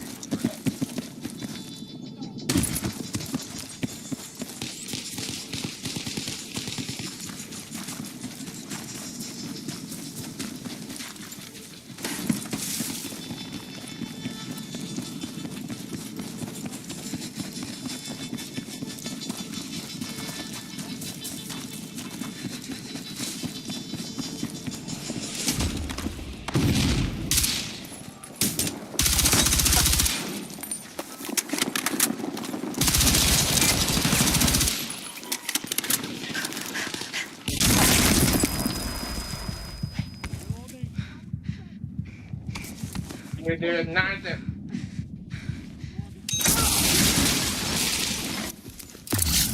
That's gang, man. Good hustle out there. That's what I'm Let's saying. get you exfilled.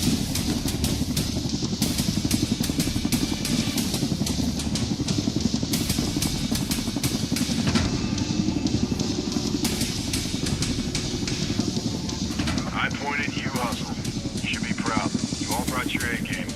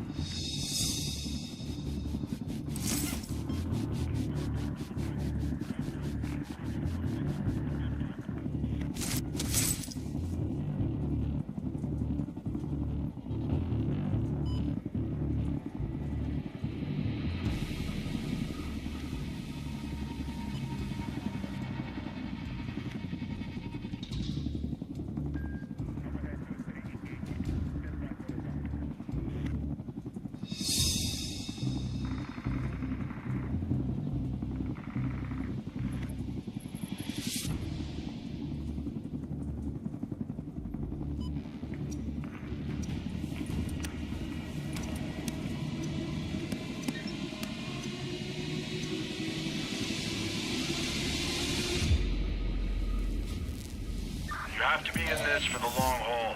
Gear up and stand by for next steps.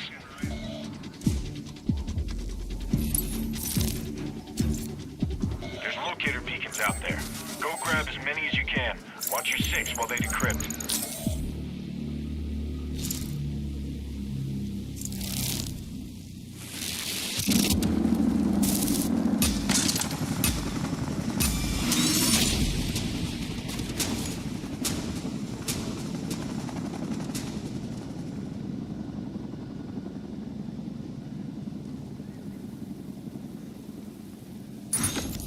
Teammate is seeking a beacon. Watch their 6.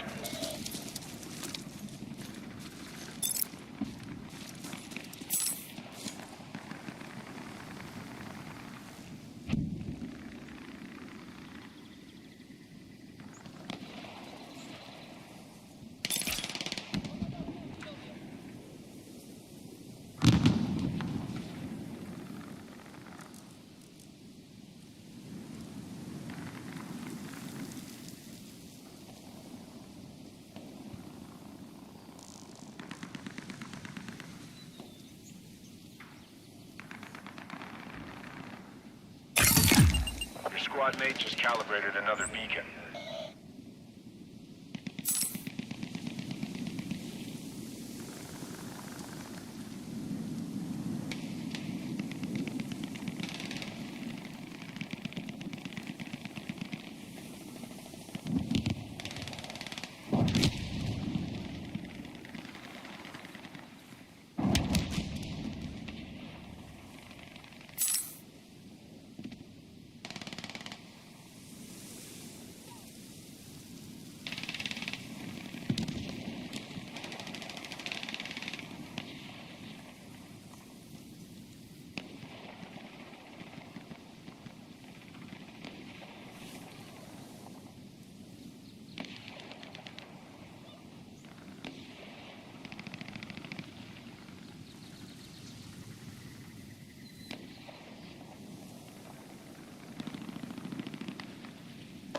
Contact!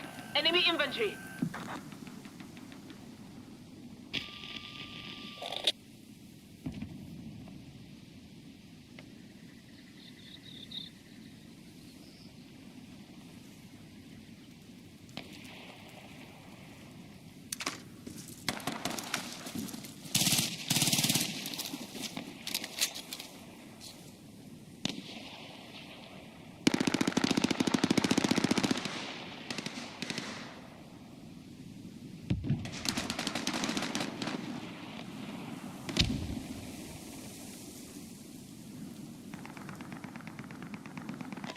Got a dangerous spot here!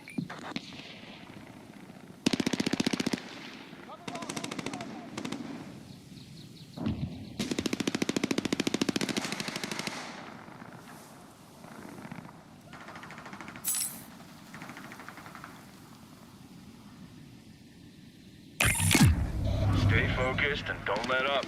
You're almost mission complete.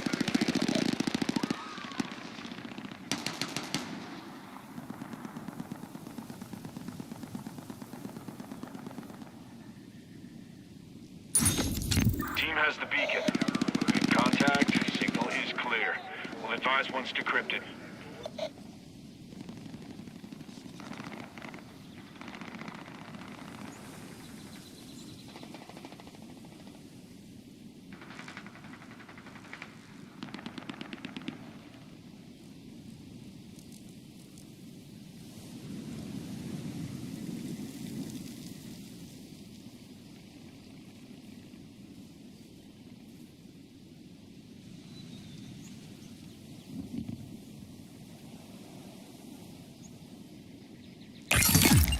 One of your teammates finished decryption. Good hustle.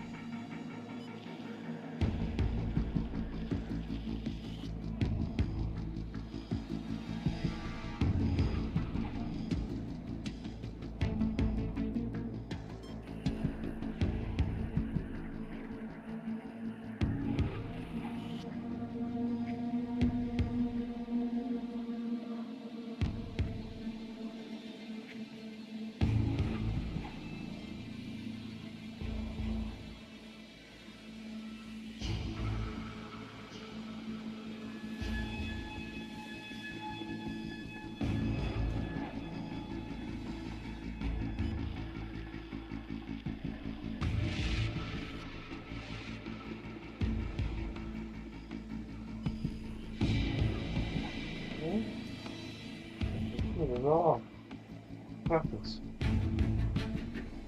Yeah. Weapons. Yeah, man.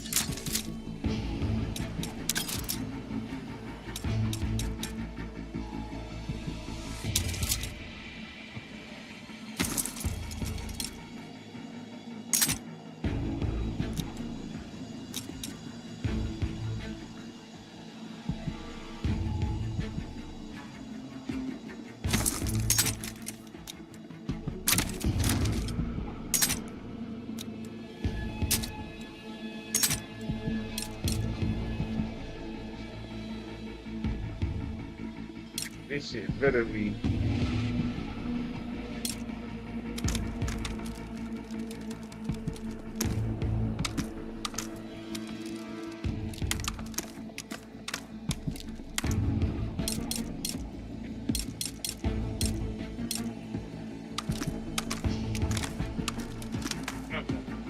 What's called that's a barracuda. That's a barracuda.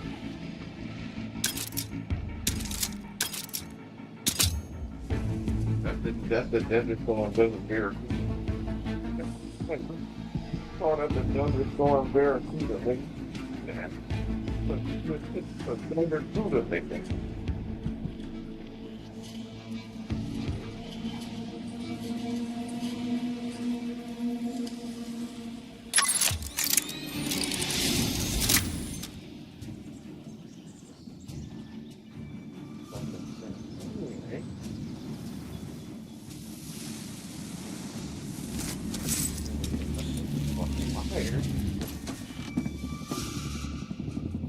That makes the magic easy.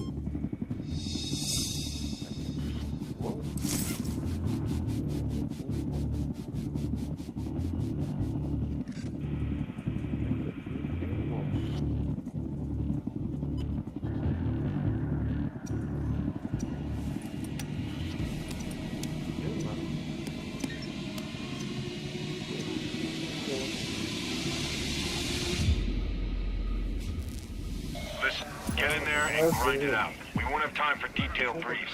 Orders will come in hot. There's locator beacons out there.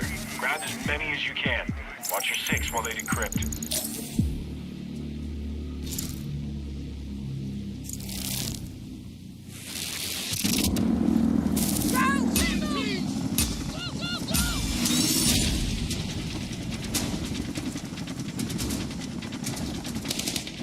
All units move out, forward march, attack and engage the enemy.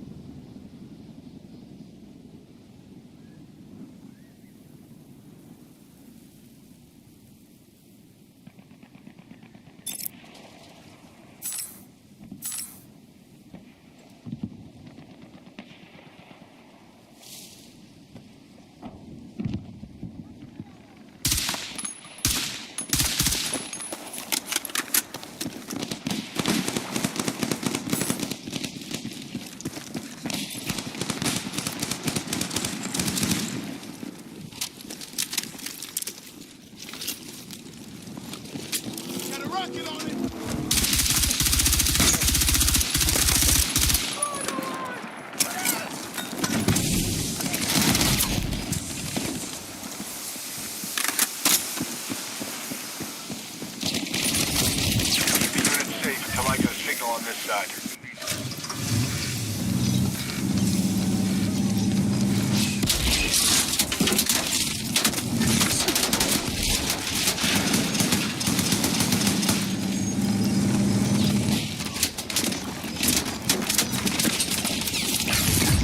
That's it. I got a clean upload. Need hands on the next one. I got you! Let's go!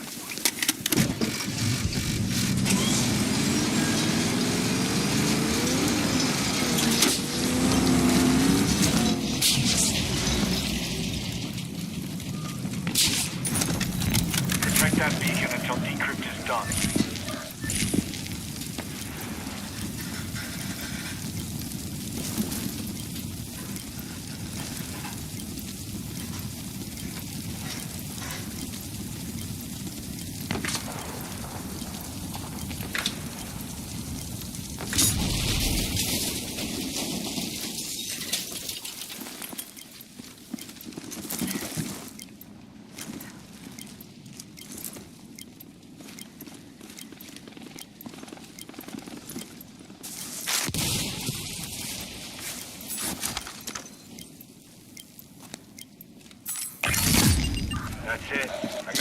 upload. Need hands on the next one.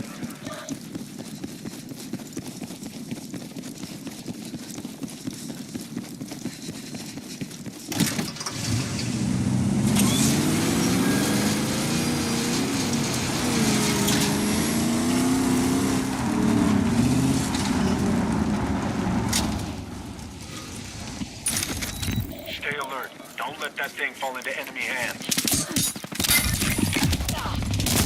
Hey, don't let up. You're almost mission complete.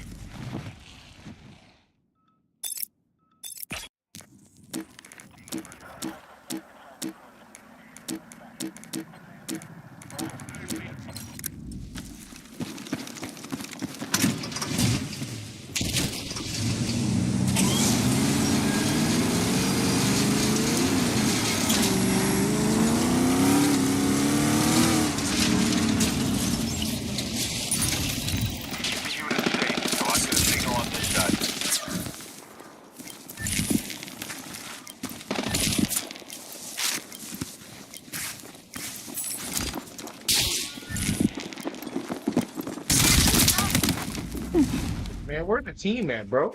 Y'all need to fucking do something.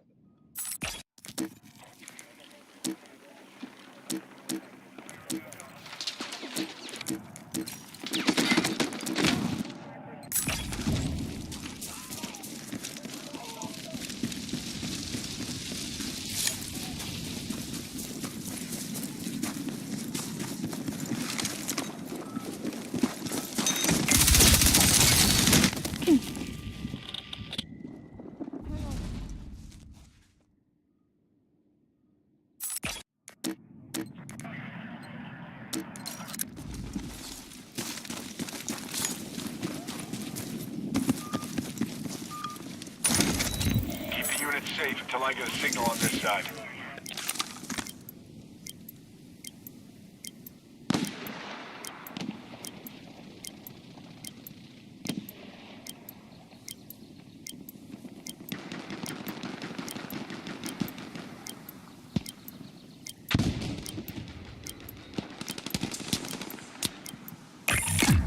Clock's ticking. You better focus if you want to stay on me.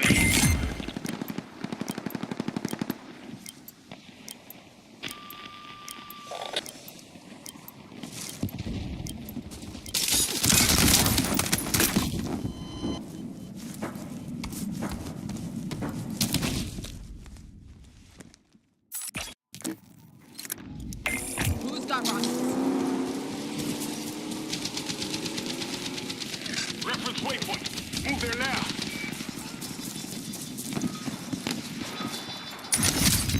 You need to protect that beacon until decrypt is done.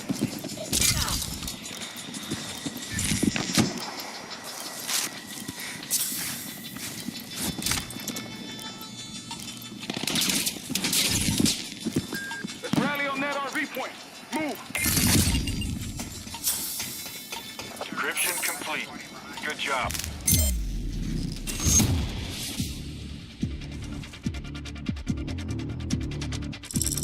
All right, heads up. You've got reinforcements inbound.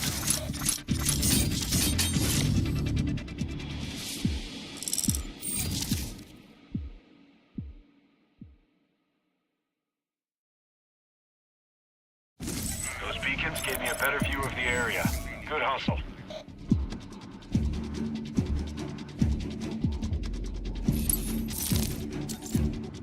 I located an IFV. Get after it. Use it to lock down the area.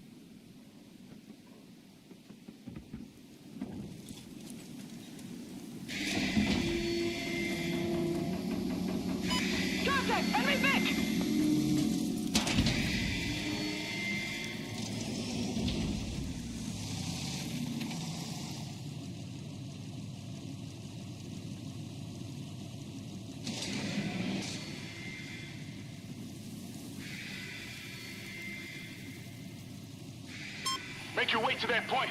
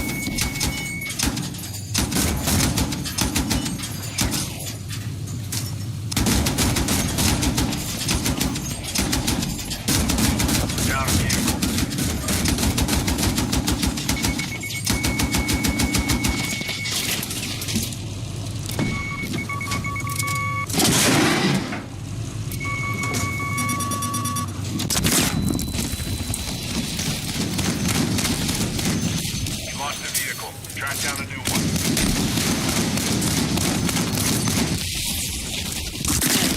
One of your Vicks is out of commission.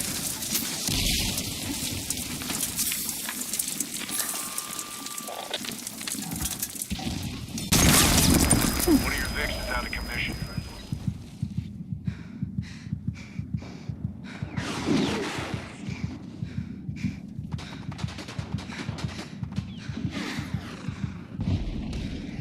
We're down a vehicle.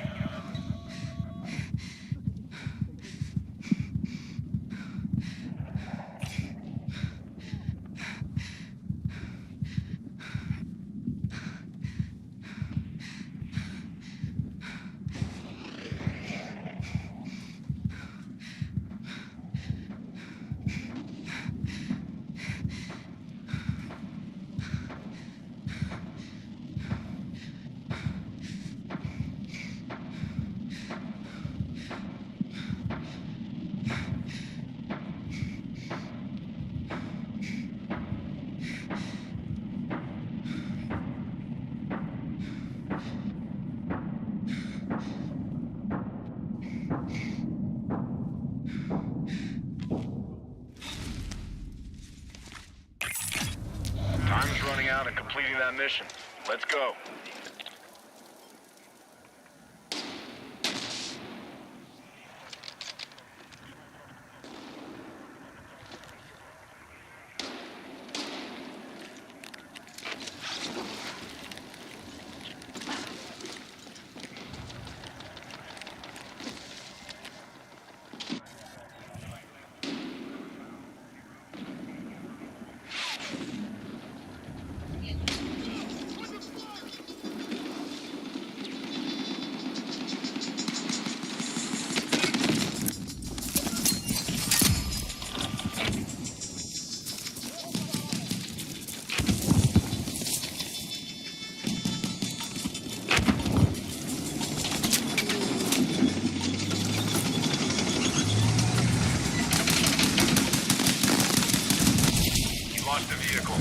down a new one.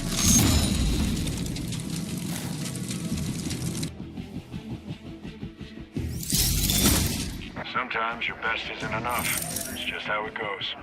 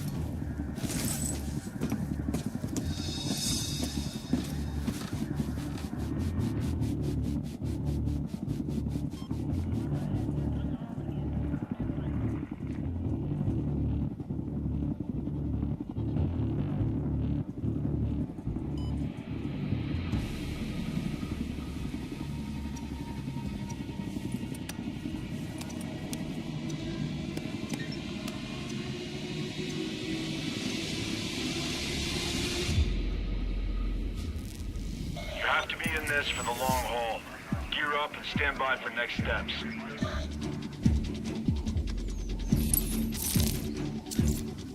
Your job here is to intercept and decrypt as many beacons as you can. Any intel you pull will help us understand what we're dealing with.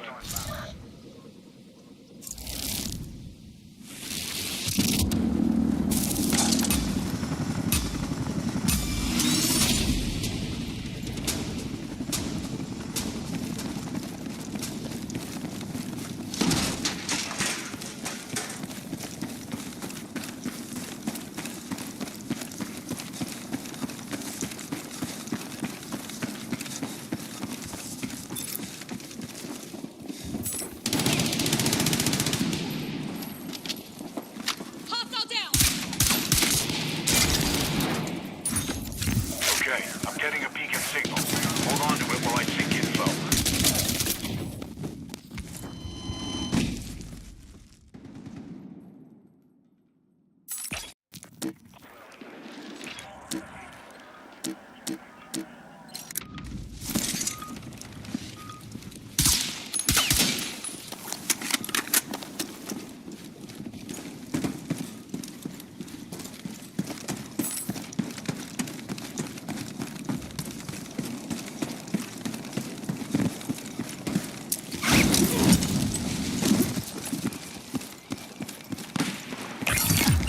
All right, your squad mate just calibrated another beacon.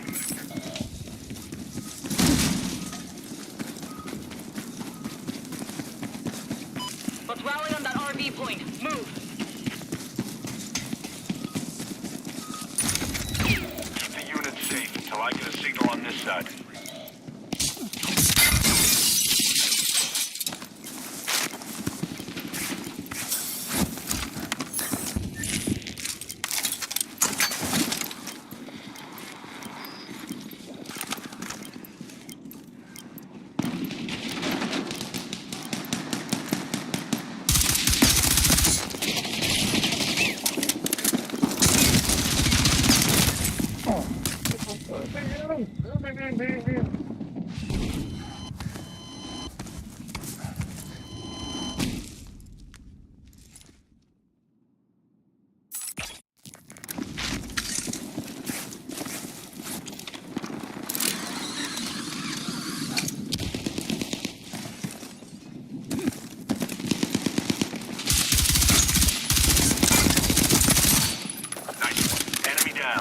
Recover that beacon if you can.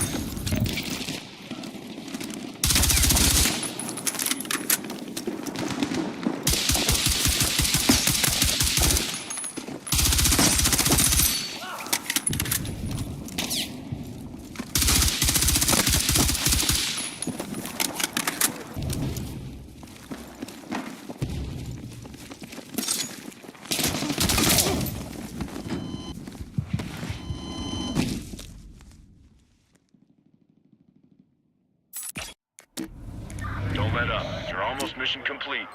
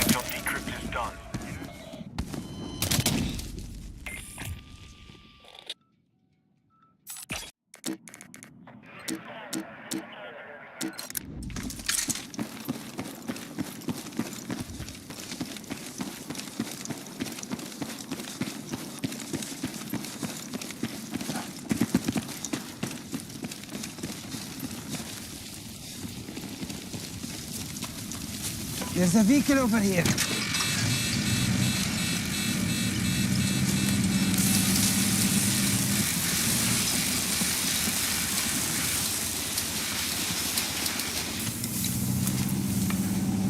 Objective marked.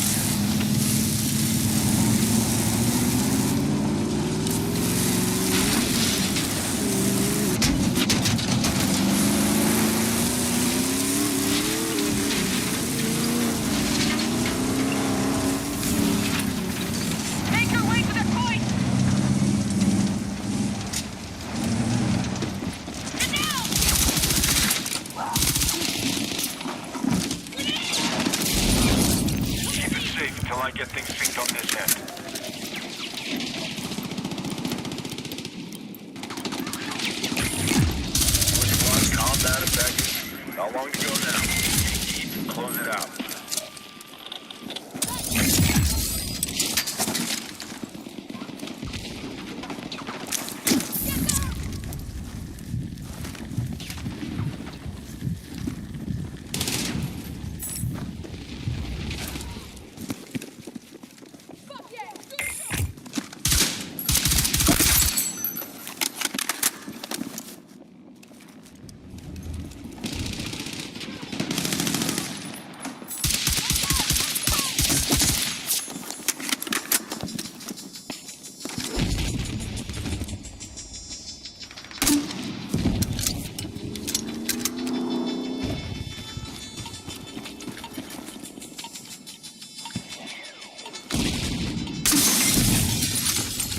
Has the beacon. Contact, signal is clear. We'll advise once decrypted.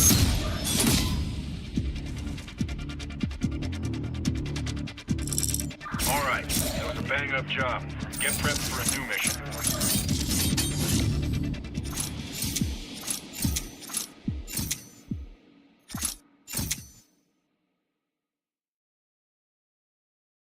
Intel confirmed.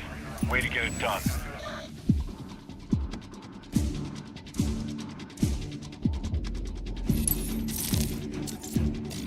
That HVT can blow the op. You need to take them out fast, but be ready for counterattack.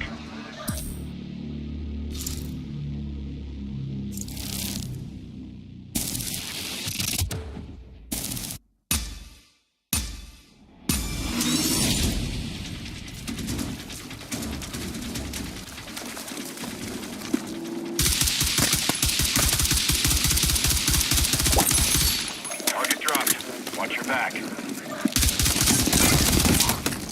You got another high-value target inbound.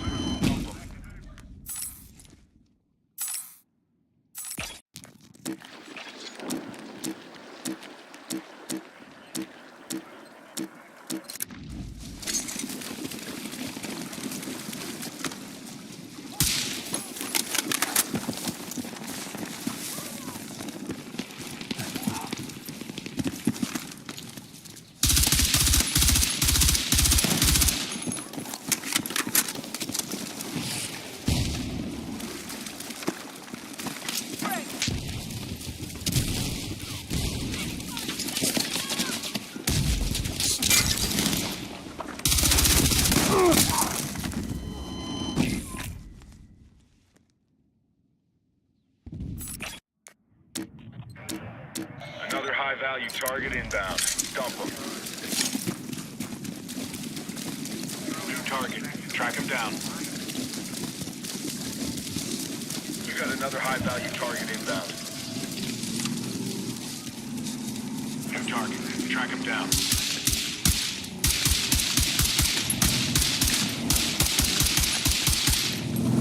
Key enemy shooter in your area. Drop him.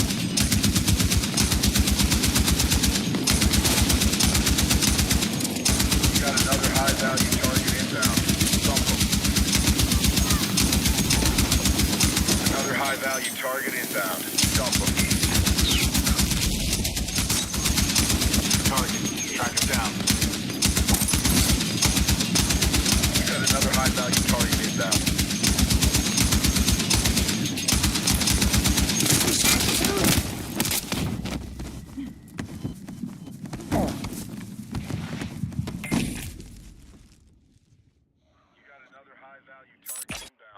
Dump him. New target. Track him down.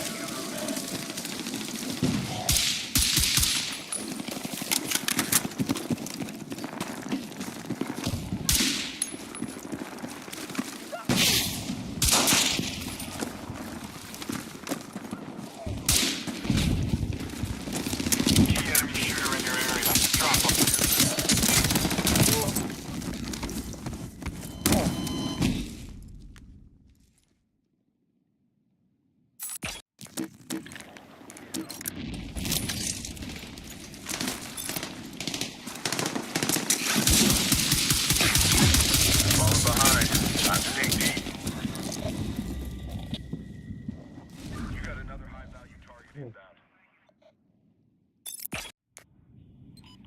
You got another high-value target inbound. Dump them.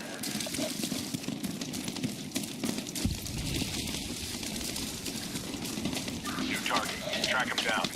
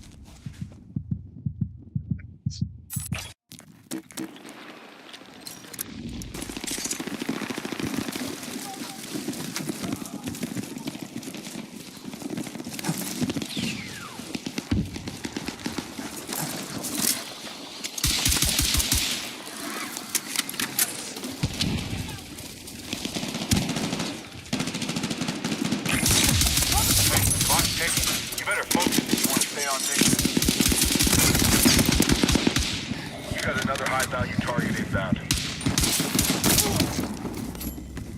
Heads up. Someone on your squad's got a target on their back. That motherfucker busting. Motherfucker busting. The skills from that motherfucker, boy. This Got one of ours. Make him pay. You got another high-value target inbound. Dump him. Boy, this thing. New target. Track him down. This thing bust. You got another high-value target inbound.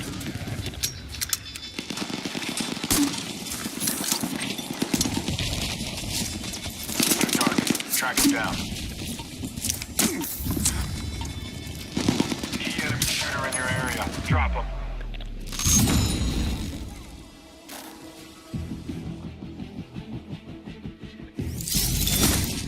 Side's been wiped out. You'll get it next time. Side's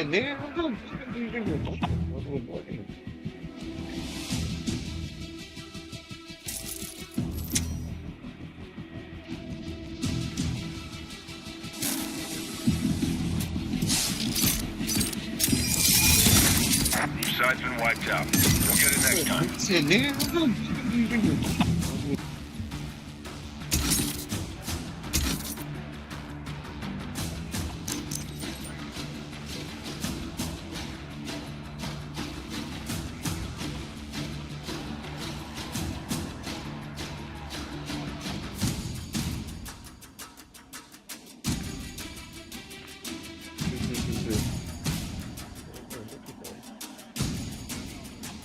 I don't know why this shit had folded up. This shit is.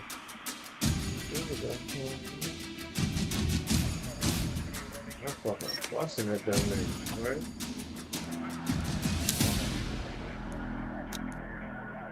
Yeah, look at it. What?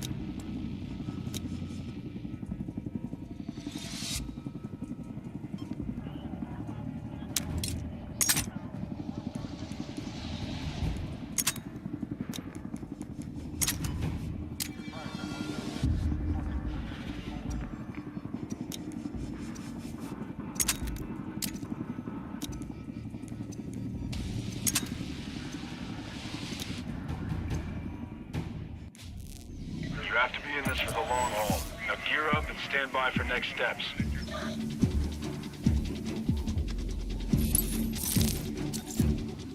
Your job here is to intercept and decrypt as many beacons as you can. Any intel you pull will help us understand what we're dealing with.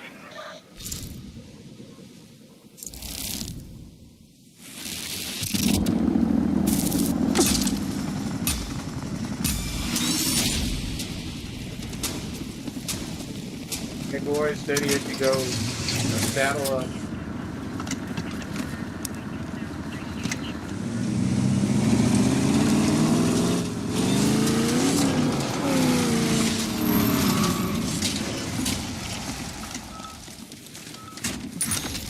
Teammate has a beacon.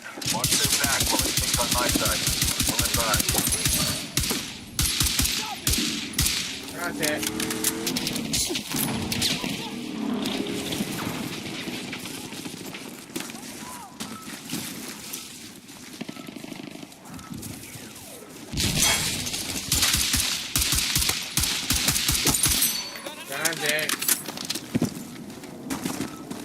Got enemy in sight. Grab what you can!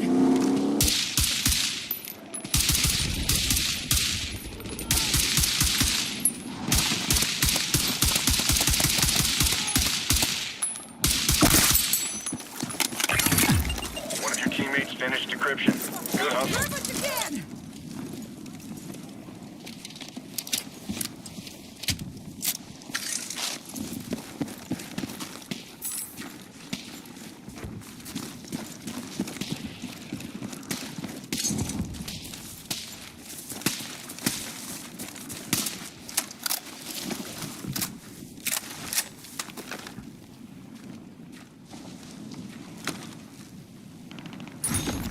Teammate is sinking a beacon. Watch their six. Contact! Enemy machine gun! Find cover! Let's rally on that RV point. Move.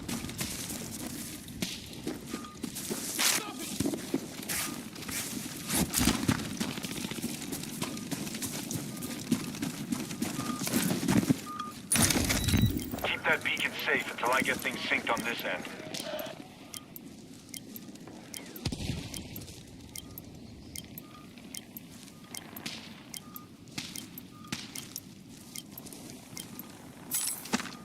RV on that position! That's it. One of your teammates finished decryption. Good hustle.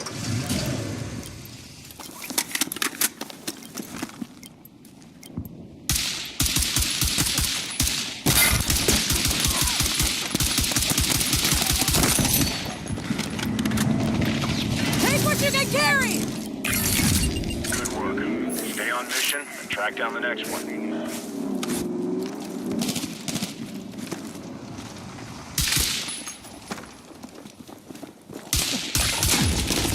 Focus and don't let up. You're almost mission complete.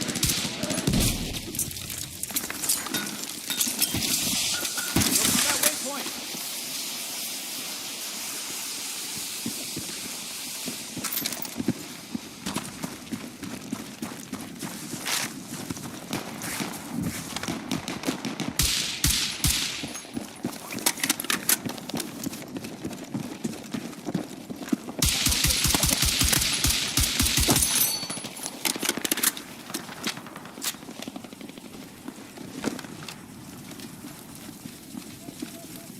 I got enemy in sight.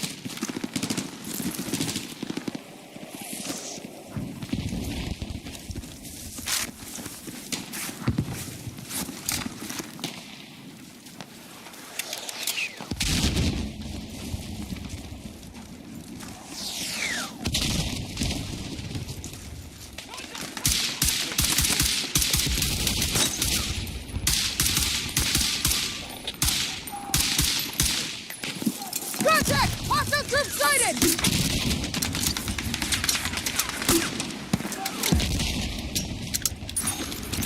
Okay. I'm getting a beacon signal. Hold on to it while I sync info. Got a man down.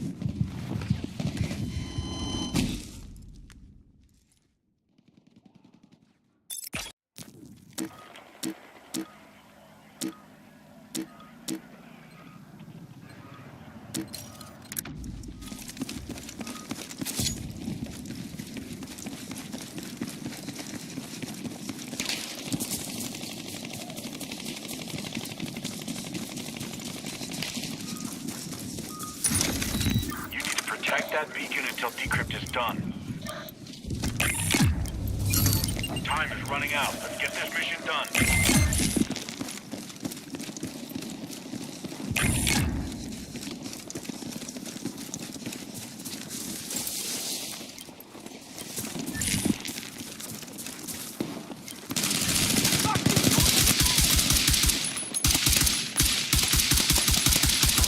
Got a mission objective over there.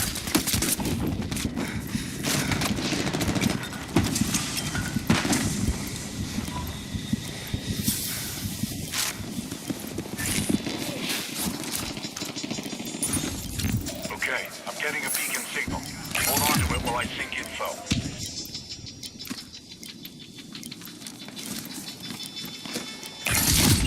That's it. I got a clean upload. Need hands on the next one.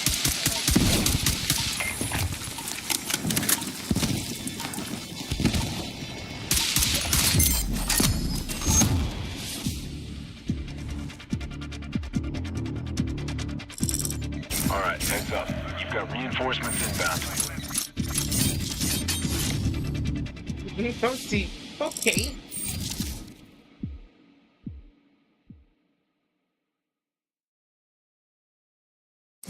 Good work. The intel gained from those beacons will come in handy.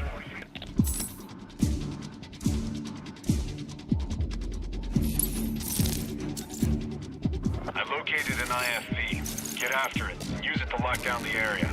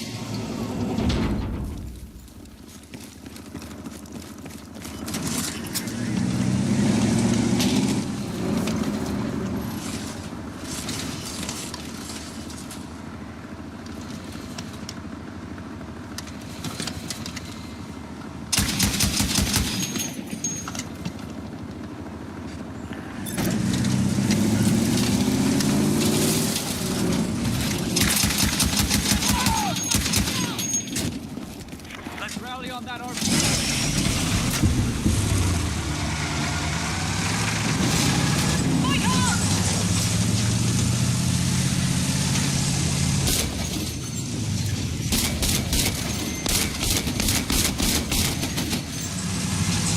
Get to that RV point. Move.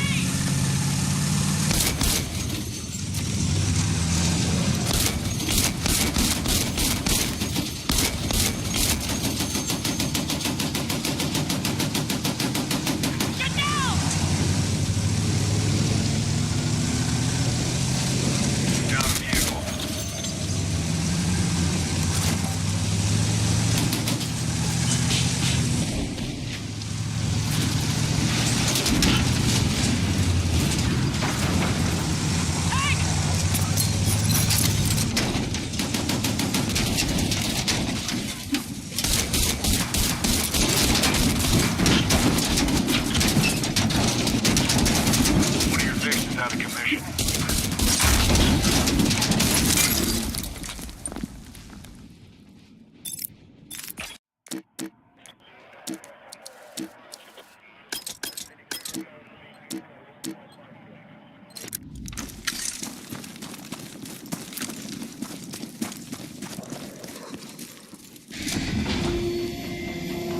You lost the vehicle. Track down a new one.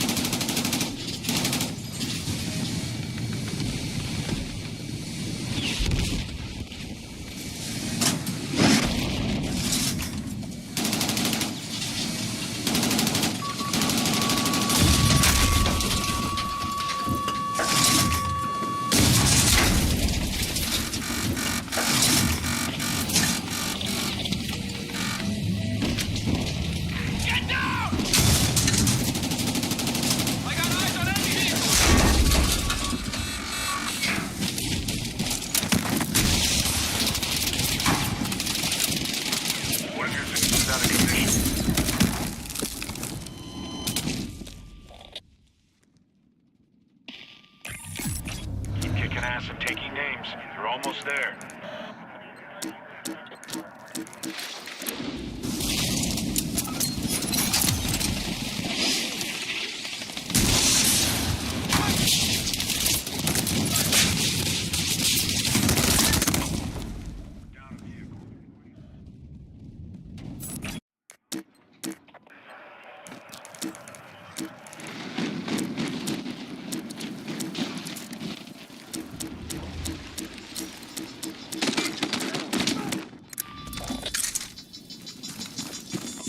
Vehicle trailer at this location.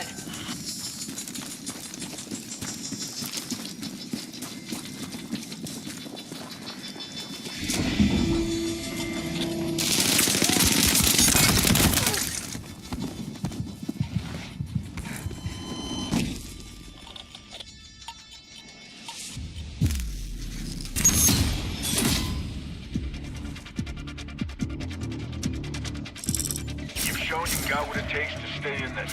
Now prep for the next mission.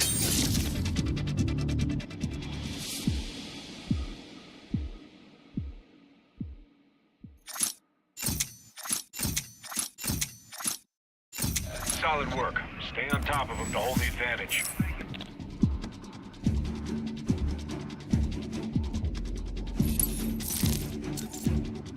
Secure those target areas to gain the advantage. Mission success depends on it.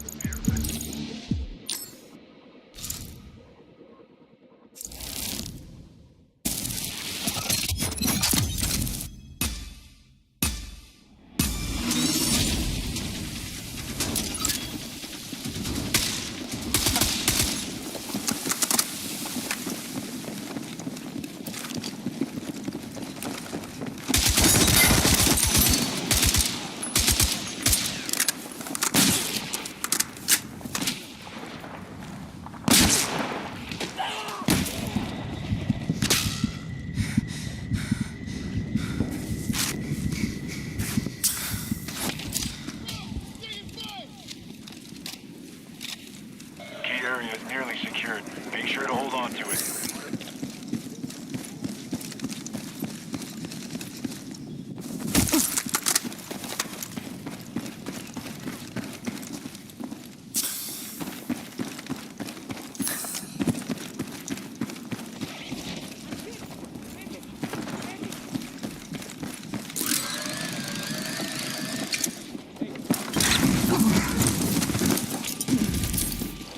Keep at it. Do not let up.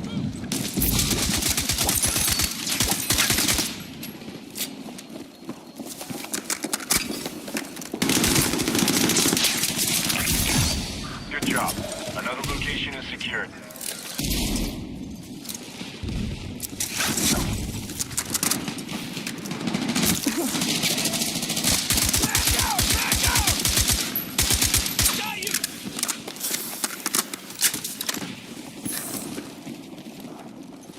I'm off.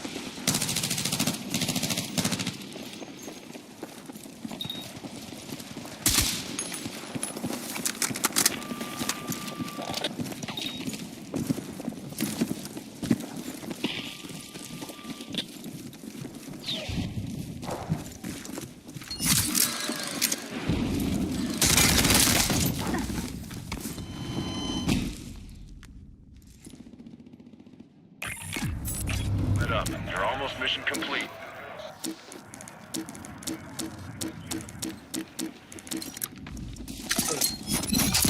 Hey. Okay. Heads up. Shooter on your team is securing a zone.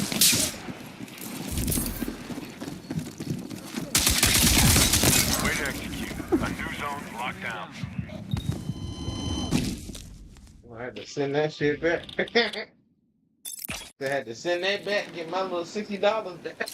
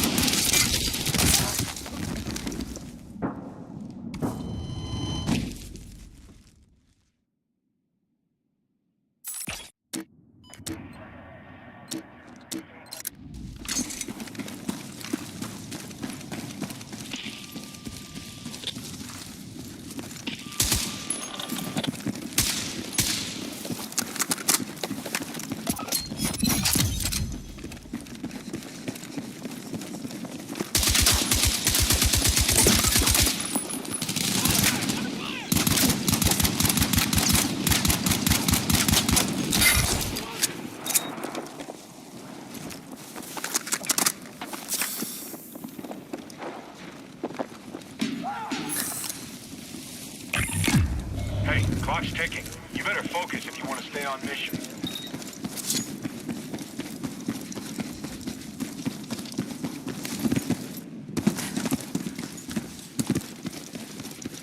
Key area is nearly secured. Make sure to hold on to it.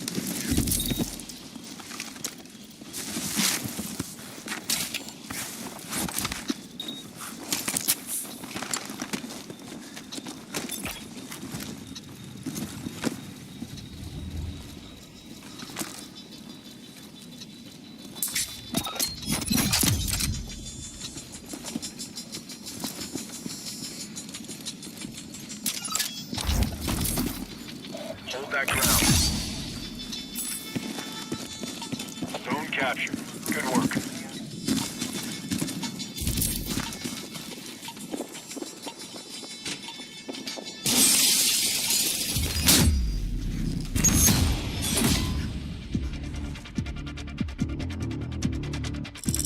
All right, that was a bang-up job. Get prepped for a new mission.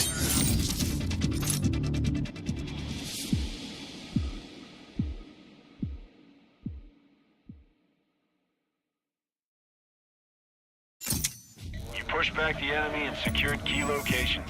Take the win.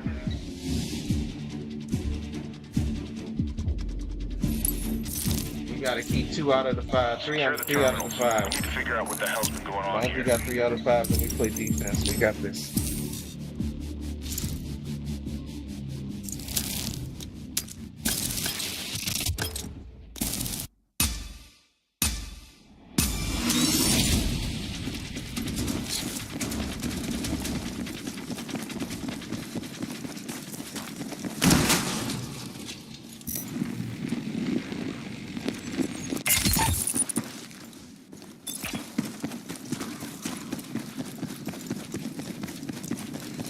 Connections are stacking up for your squad.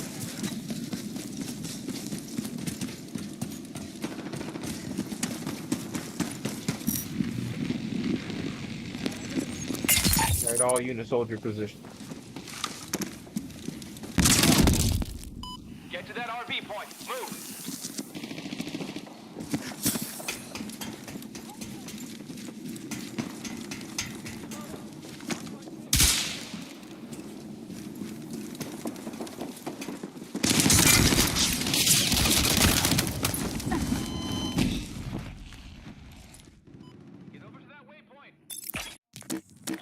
There we go, just like that. Steady as she goes.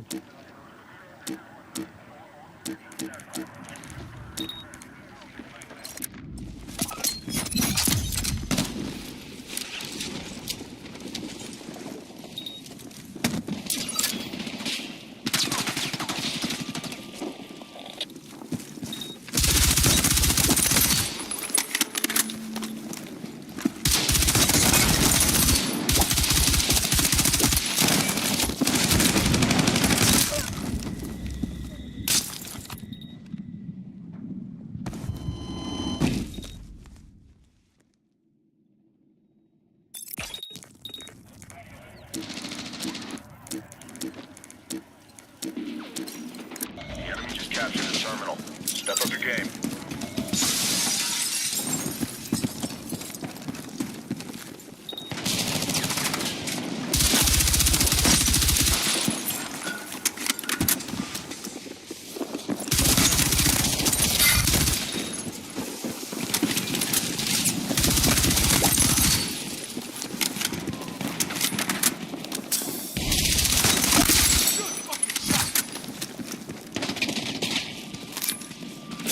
Hang in there. That's it. Stay with me. Let's move.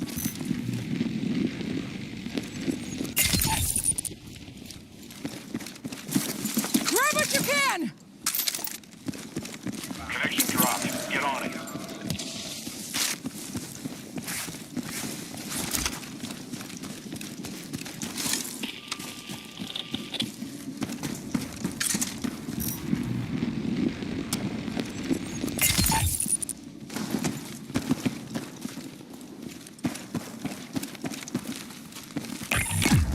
Stay focused and don't let up. You're almost mission complete.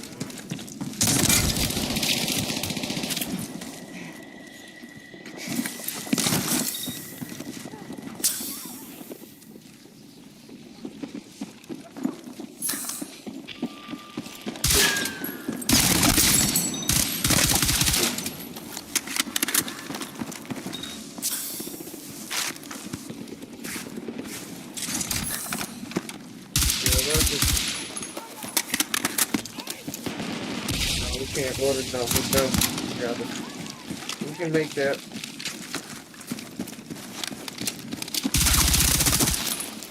Okay, we can make that. Another terminal secured.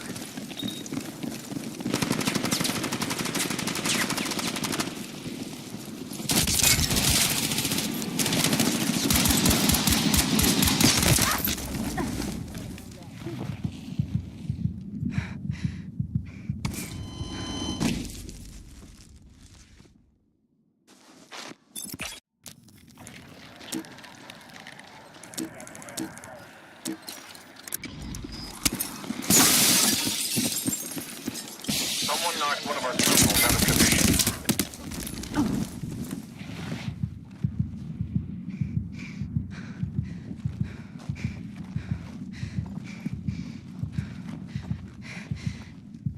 Hang in there. That's it. Stay with me.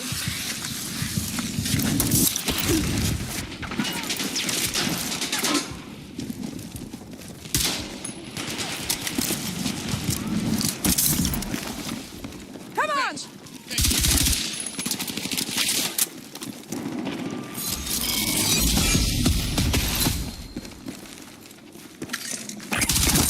Hey, your squad's combat effective. How long to go now? Dig deep and close it out.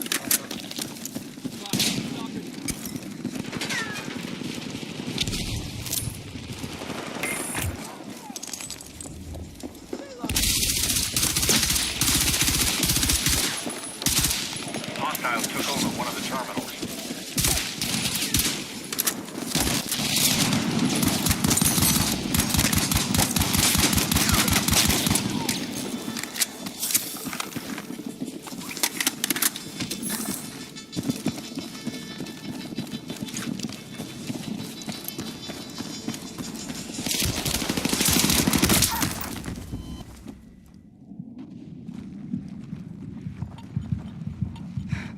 Terminal offline. Hostiles tampered with our connection.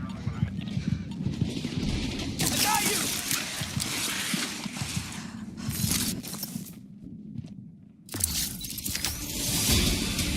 Dude, that's game? Damn, hand me Good the hustle out there. Exfil's on the way.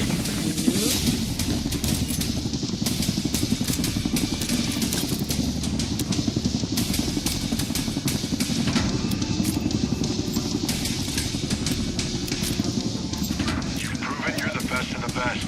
I won't forget what you've done here today.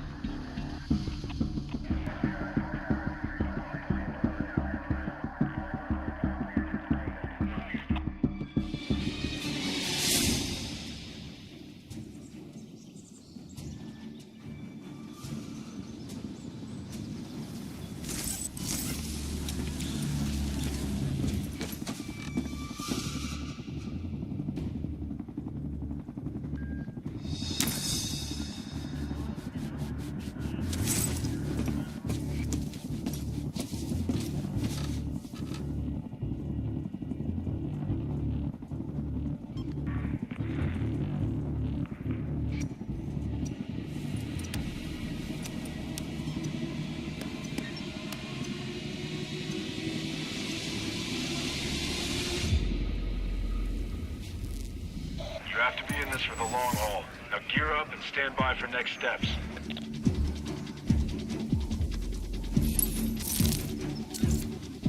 Alright, listen up. Hostile forces have gotten access to armored vehicles. Take them out and try to grab any Vic they have.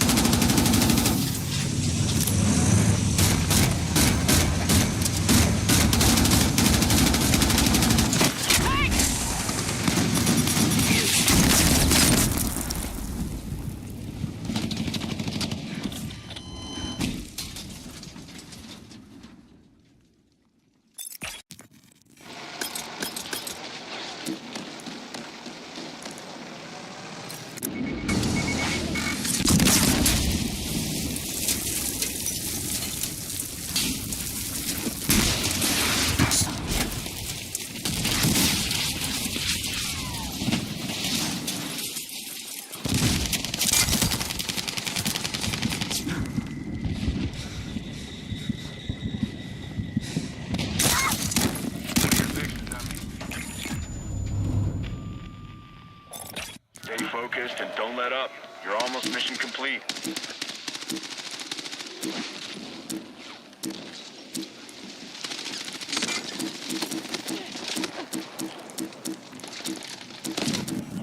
One of your Vicks is out of commission.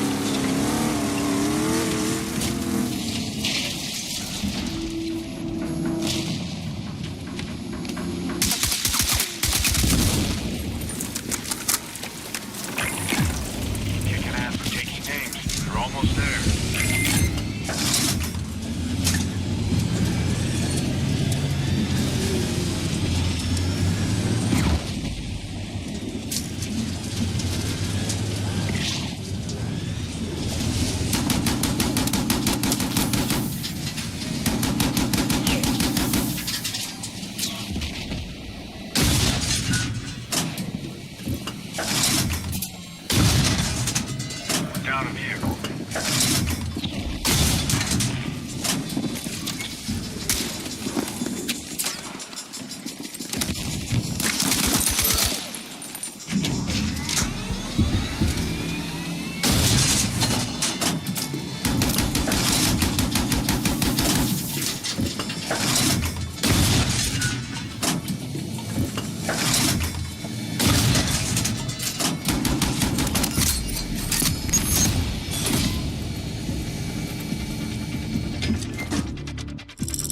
You've shown you've got what it takes to stay in this. Now prep for the next mission.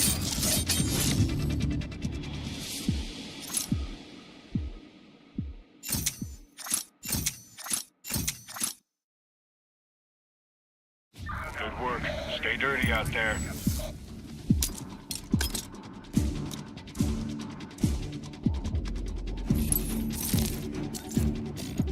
Mission depends on eliminating the high-value target. It won't be easy, but it's critical.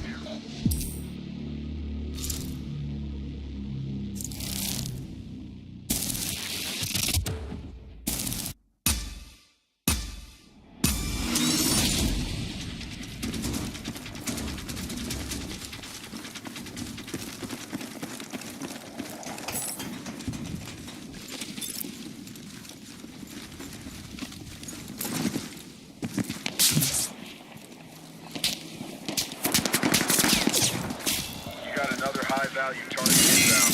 Dump them.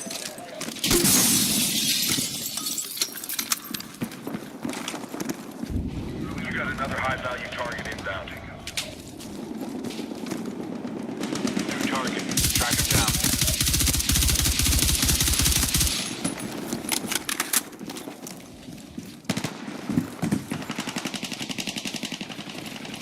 Key enemy shooter in your area. Drop him. Got another high-value target inbound. Dump them. You got another high-value target inbound. They're onto one of your team. Shake them off.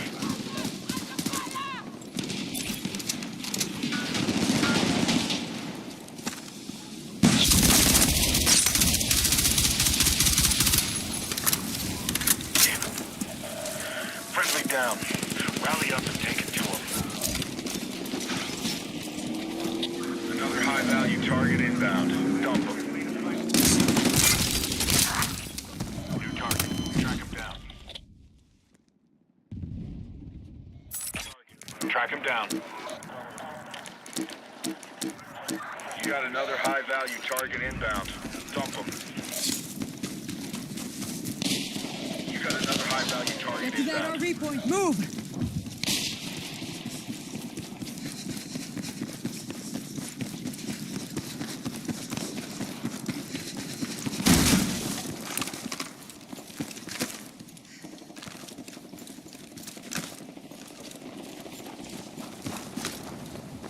Another high-value target inbound.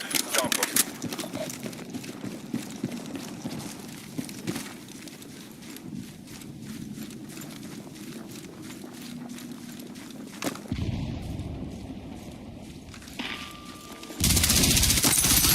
Target dropped. Watch your back.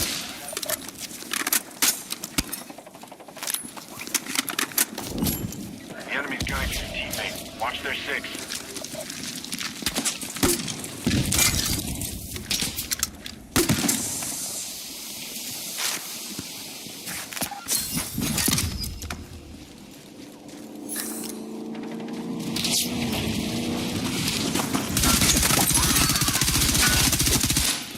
Way to stay under the radar. Keep it up. Your squad's got the advantage. Keep pushing.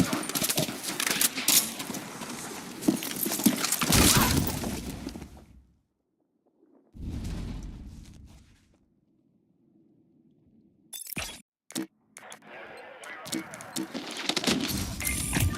shit. Heads up, you got a KIA. New target. Track him down.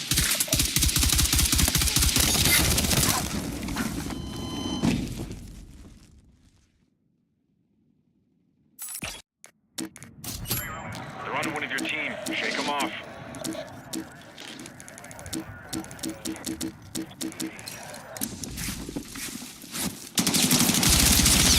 Heads up. You got a KIA. You got another high-value target inbound.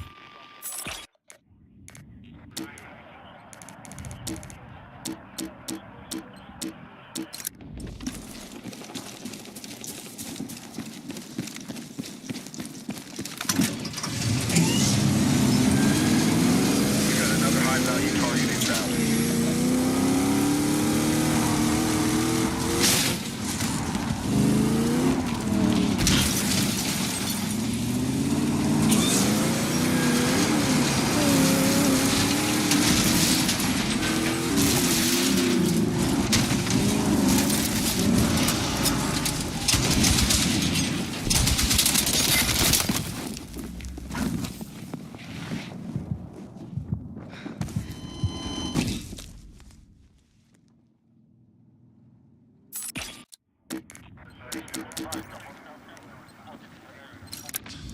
Key enemy shooter in your area. Drop him.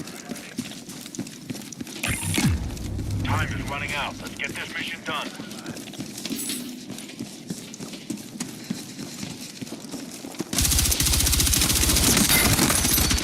New target. Track him down.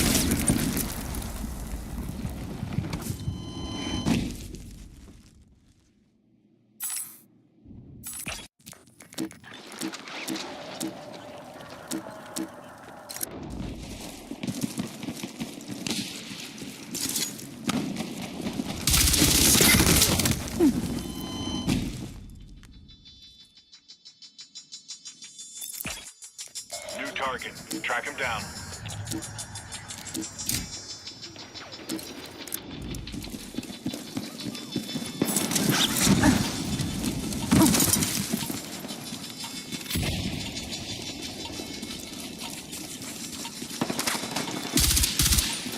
You got another high-value target inbound. Yeah. They gotta upgrade me into another team. Your side's been wiped out. You'll get it next time.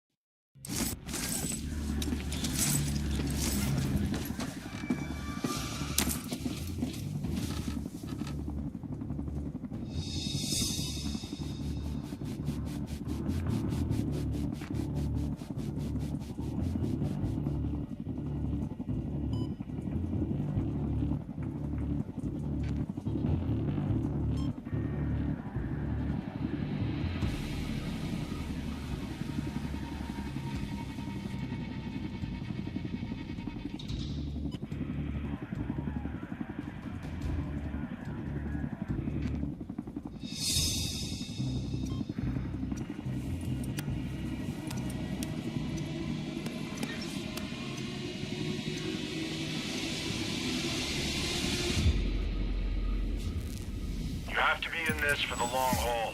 Gear up and stand by for next steps.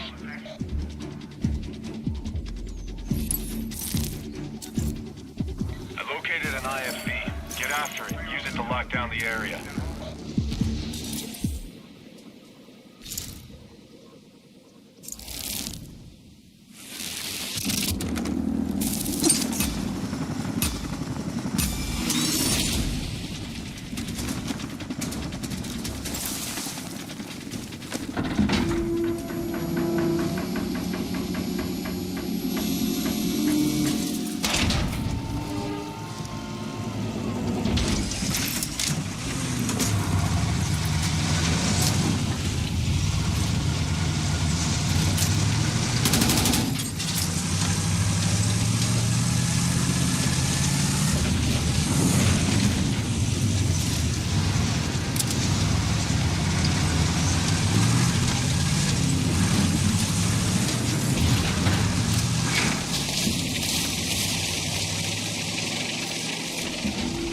Get to that RV point. Move. Combat vehicle trailer marked.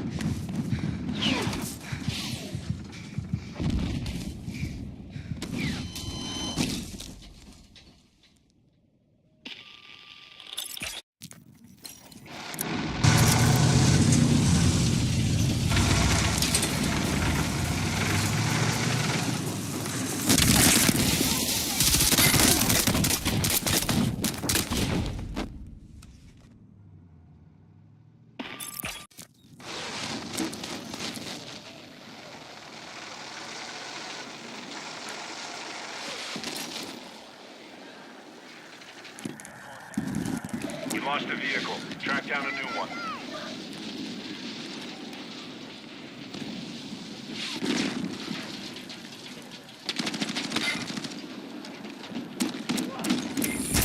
One of your Vicks is out of commission.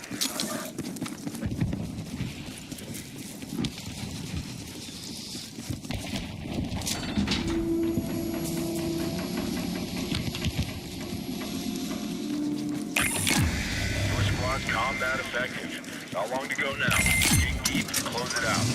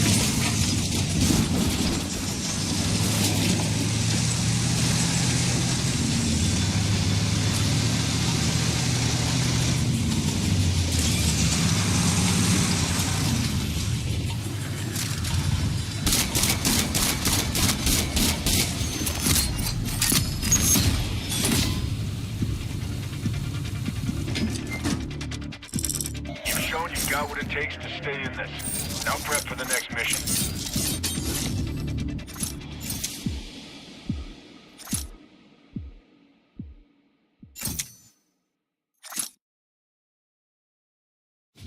Stay at it. You need to keep those Vicks out of enemy hands.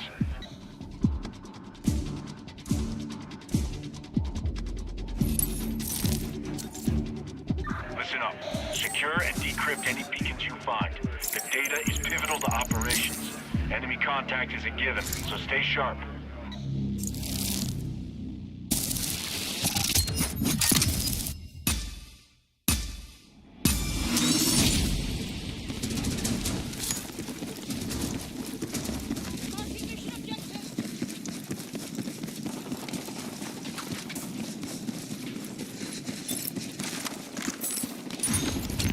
Okay, I'm getting a beacon signal.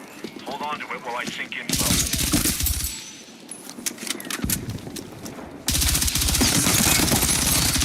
A beacon's up for grabs. Go get it.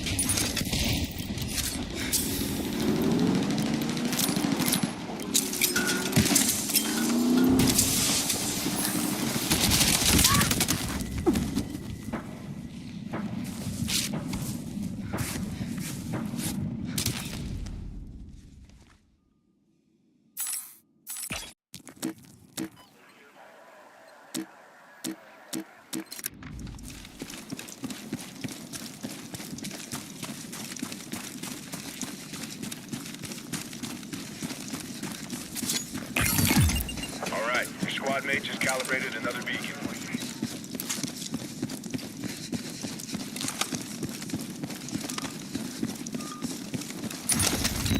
Stay alert.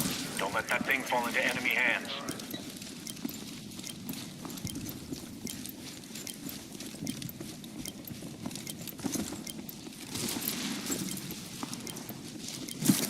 Grab what you can!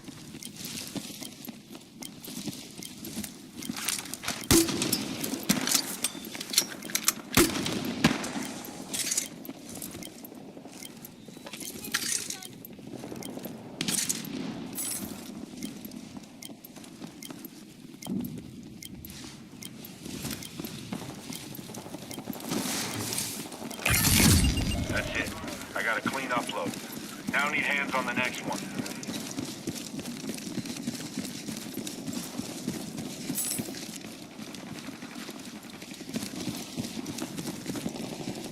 Mission objective marked! Keep that beacon safe until I get things synced on this thing.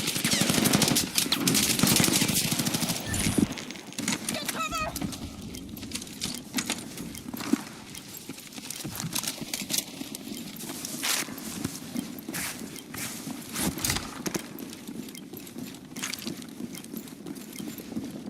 Grab what you can!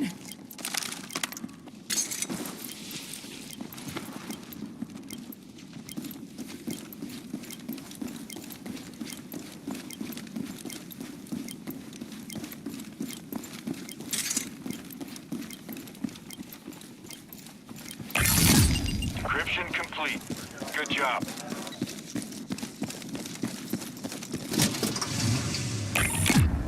Your squad's got the advantage. Keep pushing.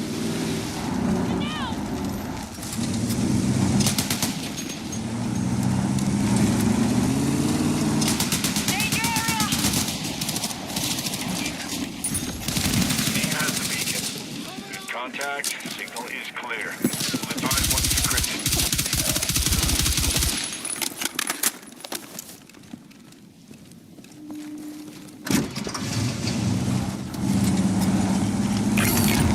Good job. The teammate just calibrated another beacon.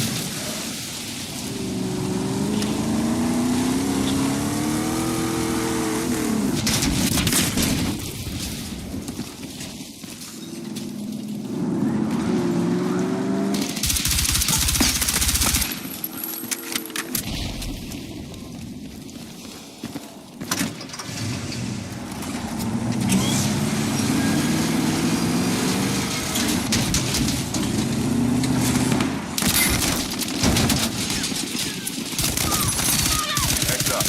Enemy dropped in the city. Do what you can to retreat.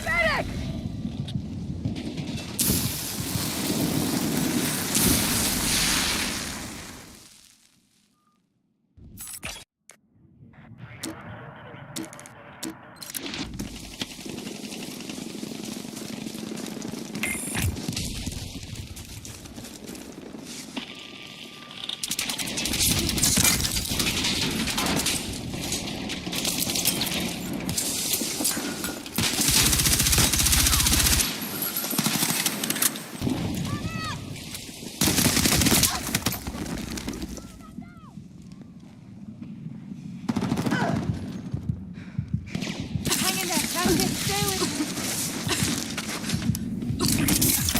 Hey, squad's combat effective. Not long to go now. Dig deep and close it out. Grab what you can.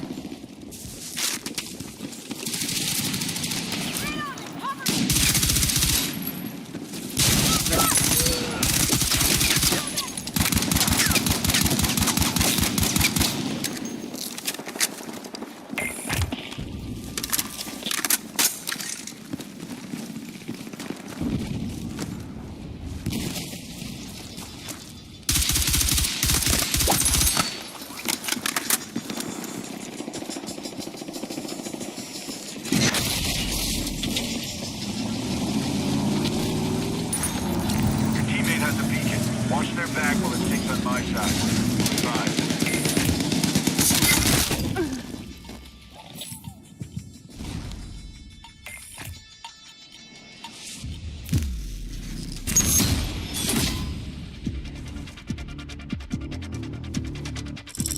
All right, that was a bang-up job.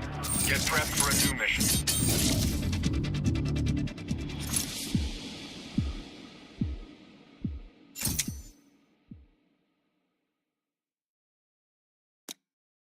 Those beacons gave me a better view of the area. Good hustle.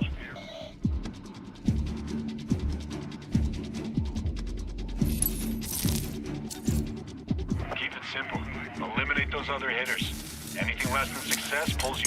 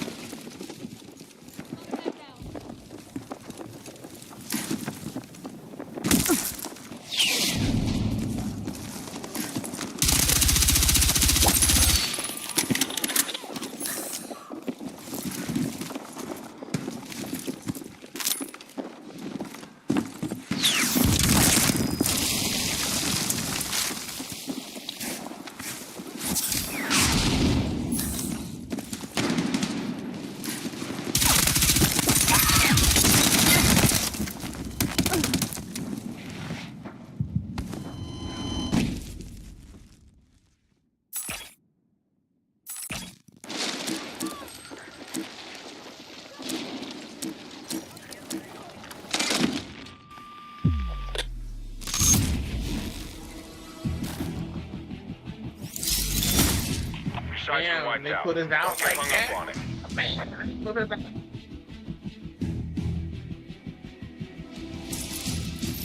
Man, they say you not shooting. Y'all niggas want to shoot now.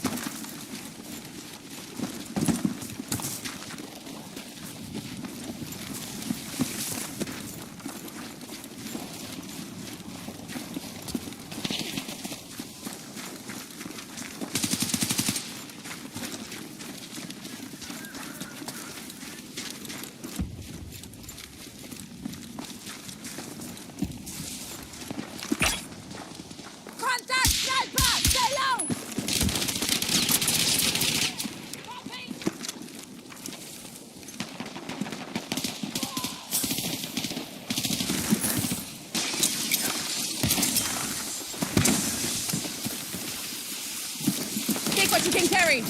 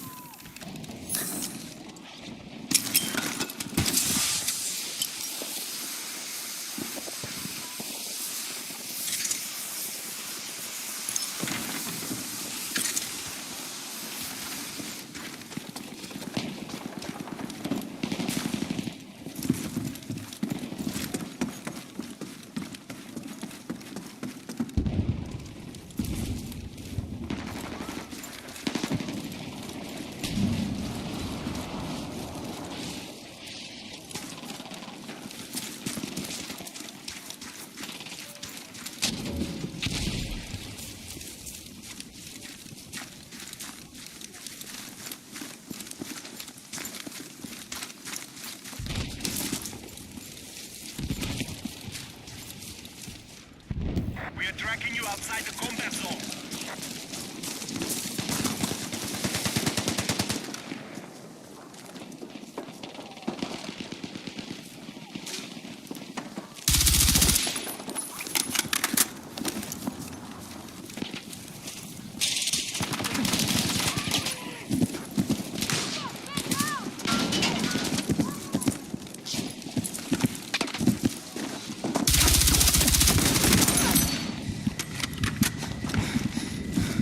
Take what you can carry.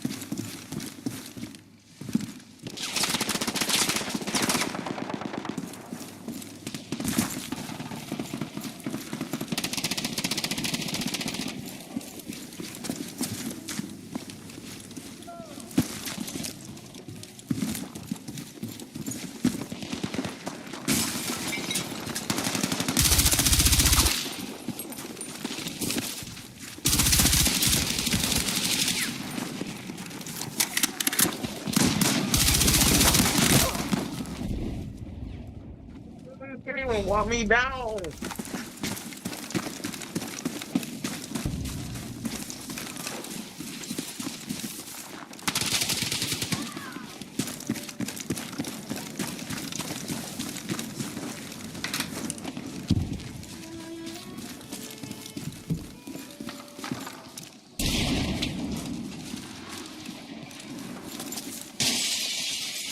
Yo, coming.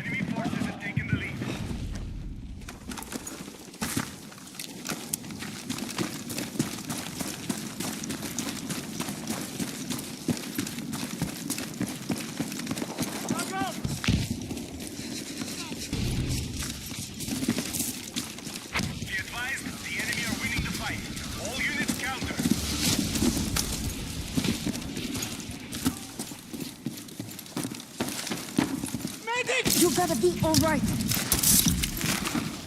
Let's go.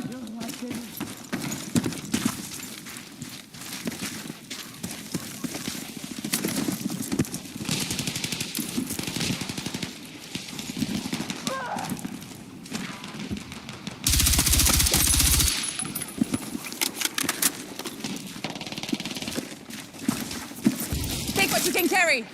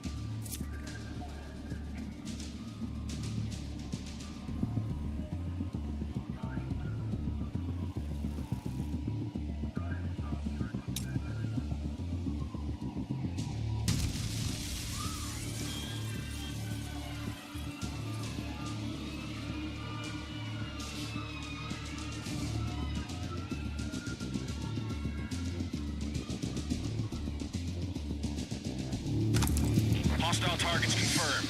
Leave nothing alive.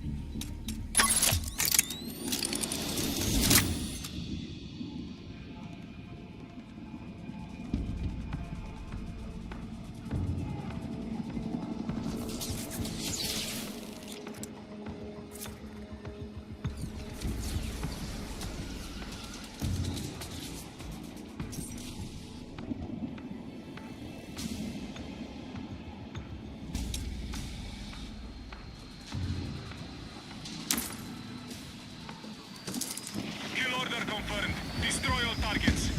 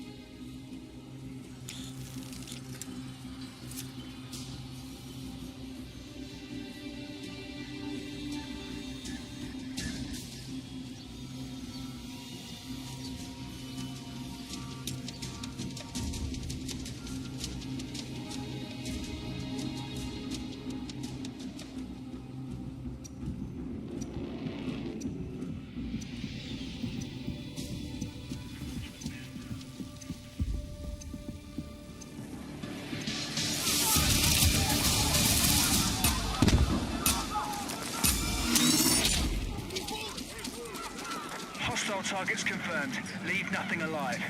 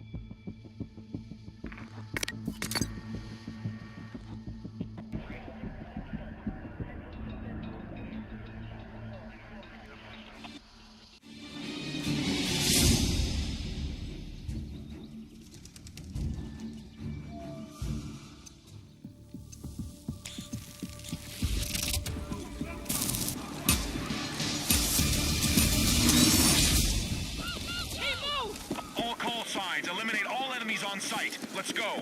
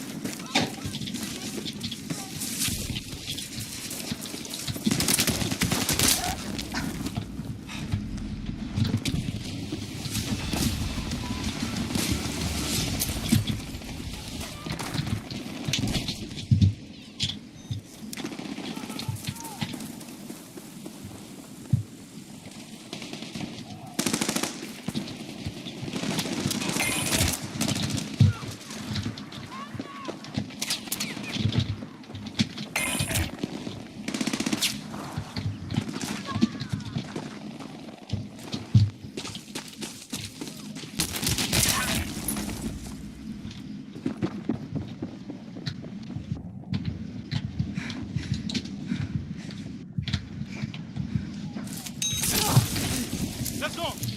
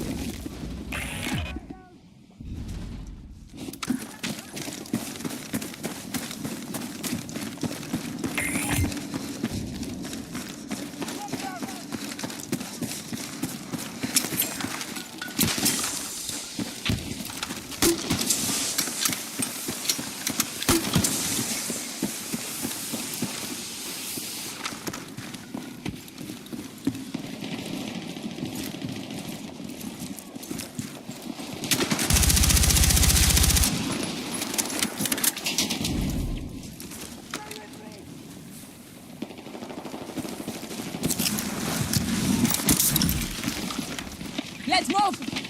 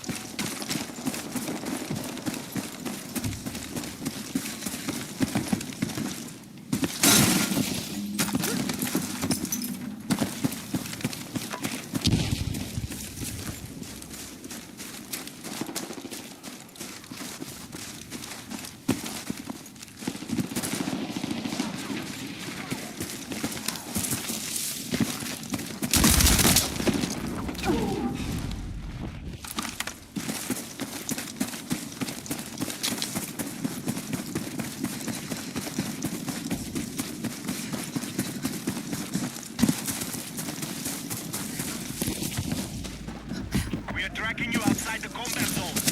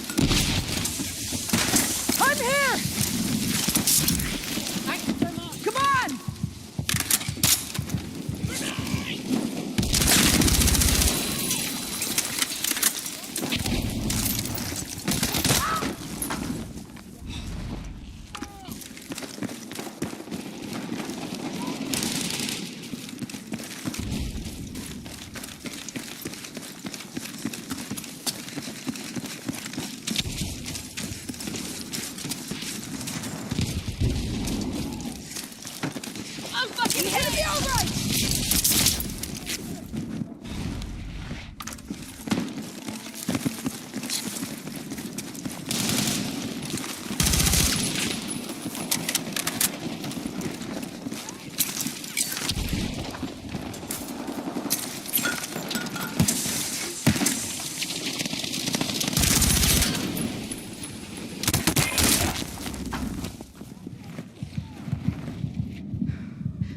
Need a medic!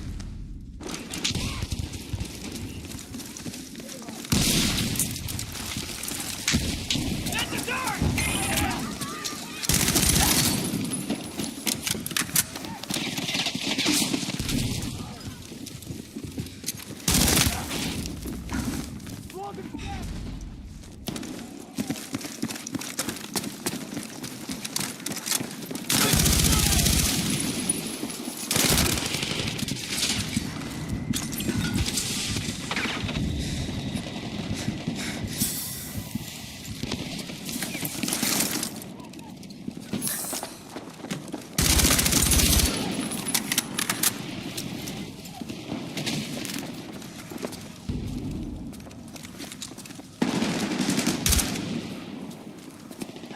The enemy's still winning the fight. Get back and take control.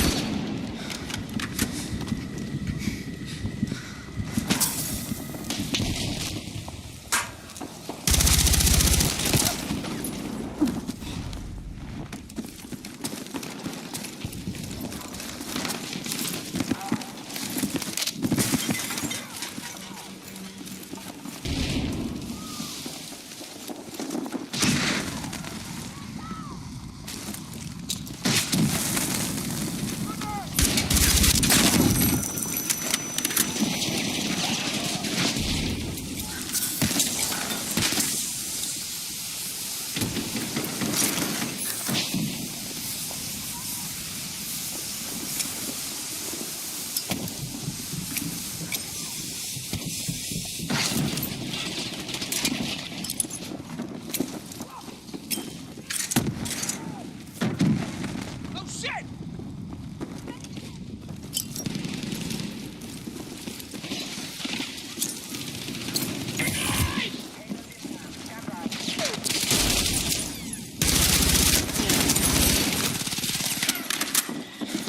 Grab what you can!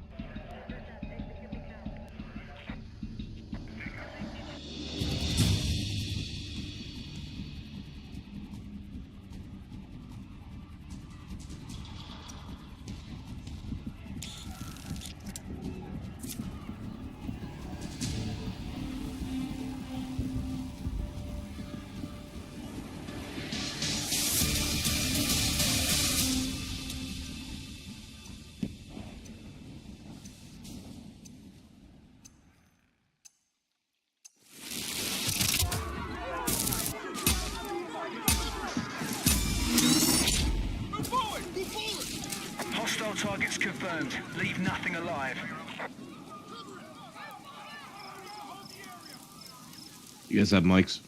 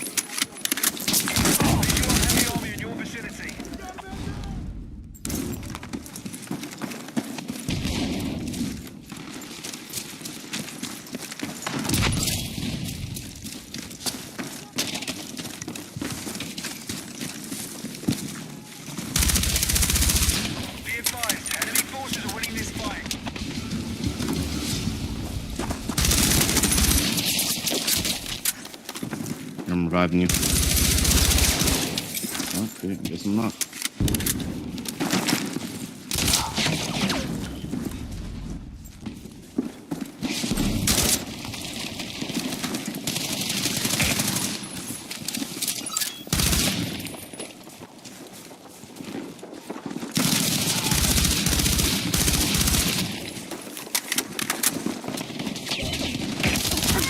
No fucking way.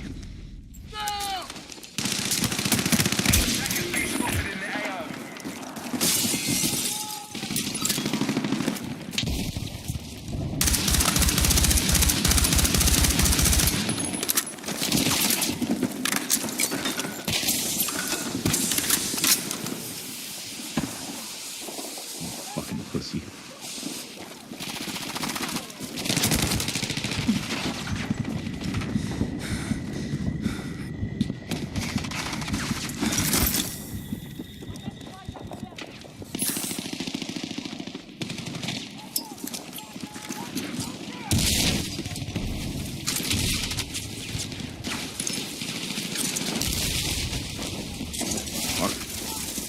Come res me. Come res me, Buddha.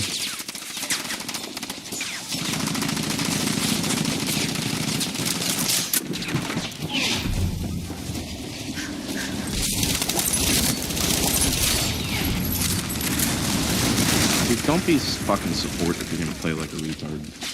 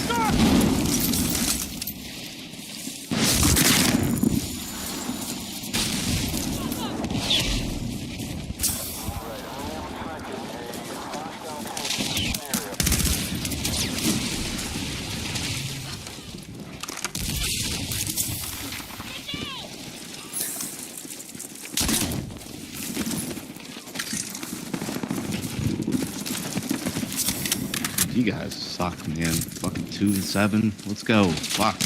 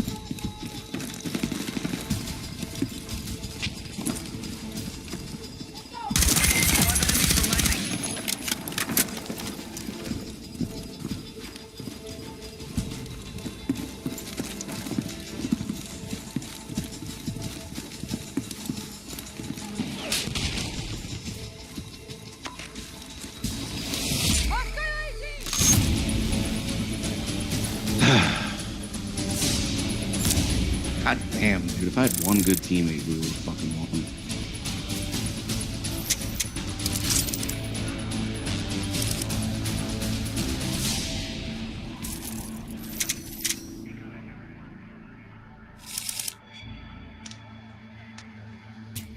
Hell no, I ain't staying with this squad.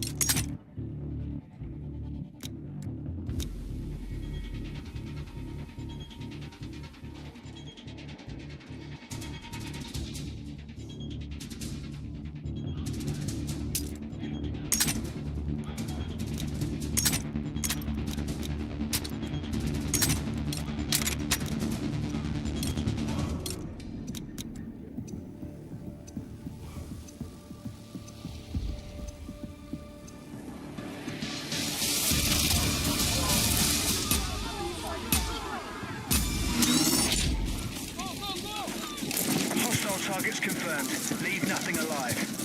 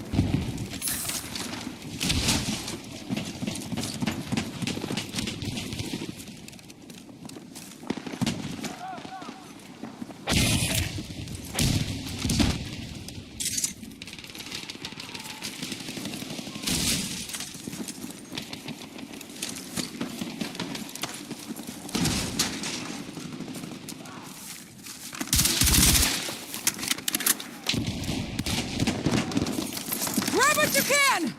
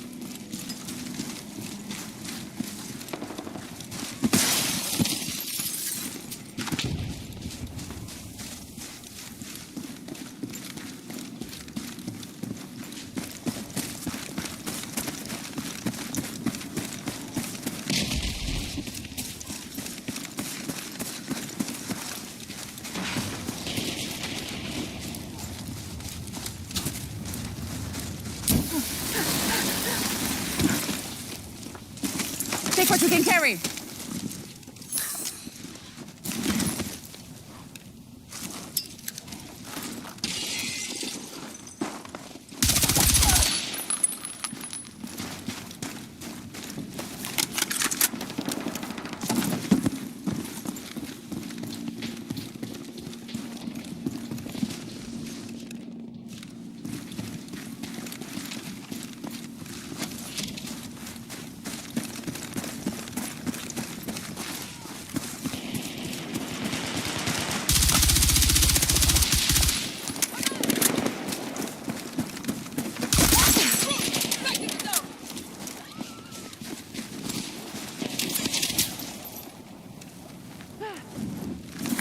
Take what you can carry.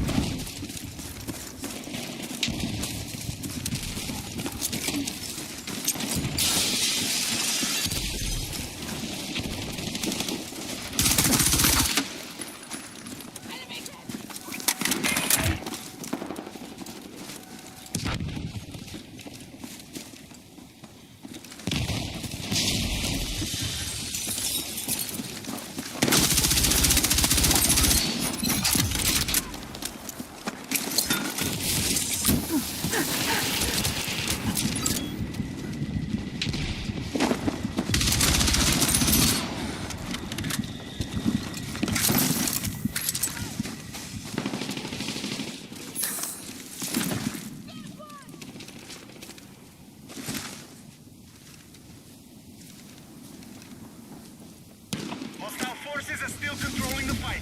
Break their hold.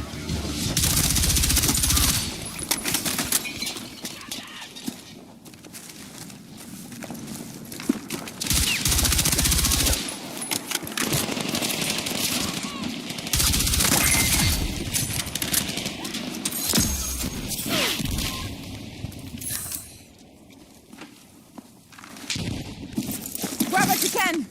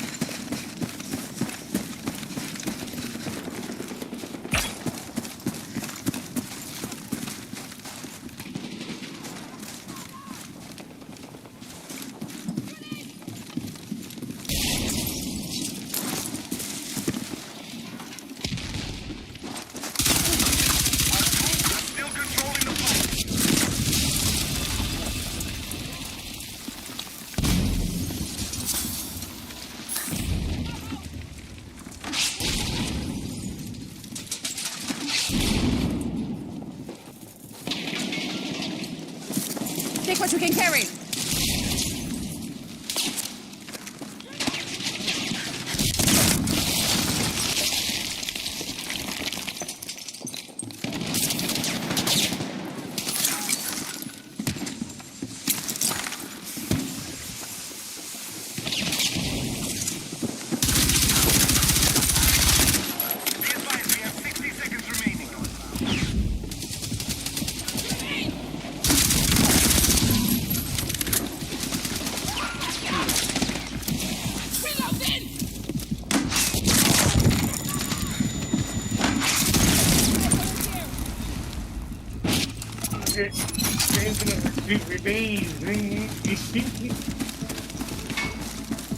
Go to war.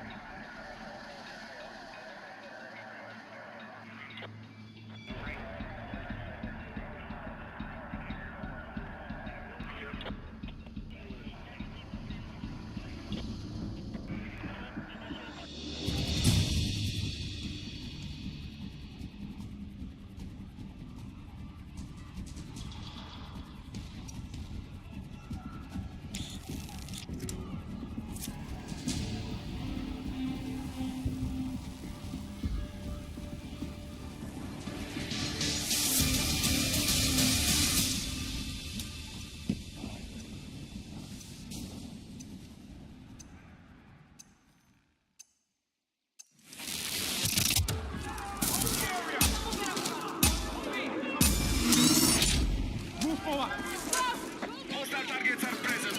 Locate and neutralize.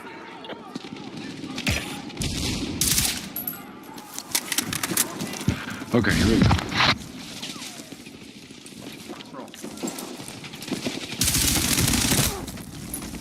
We gotta lock it. Oh, support. I'm supposed to be assault. Yeah, yeah. They usually play as, oh, there we go. I got a thermite kill. I normally rock support. I'm usually a support guy, but I was doing assault earlier I was just trying it out just for a change.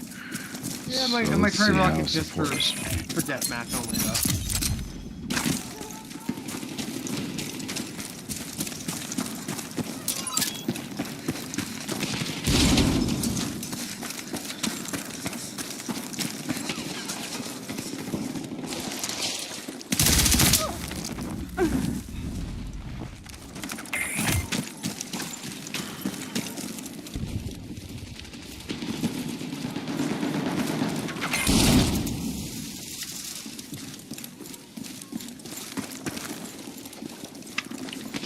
Oh my god. Res.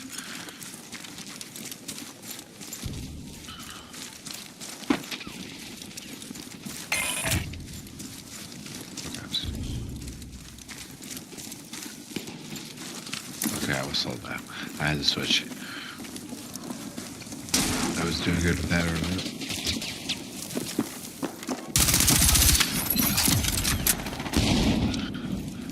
go. Enemy forces have secured the advantage.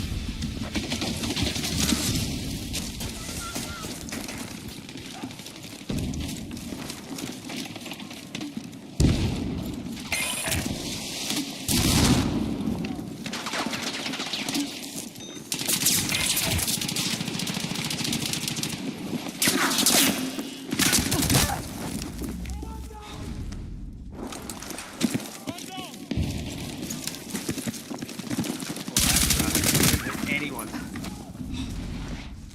For that.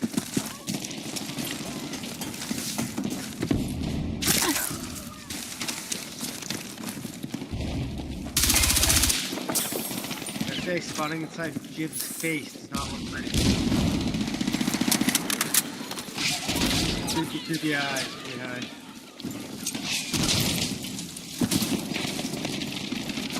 Oh my god. There's people all over the second floor.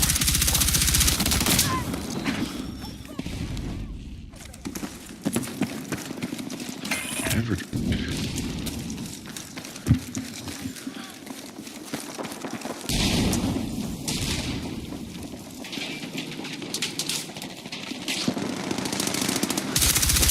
Yep, you got him.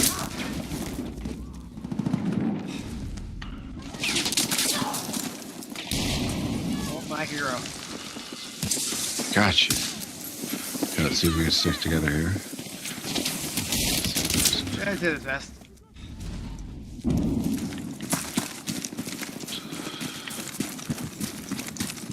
Do you have an ammo crate thing? Do you carry those? Oh, no, I don't. Need to be a support for that. Okay.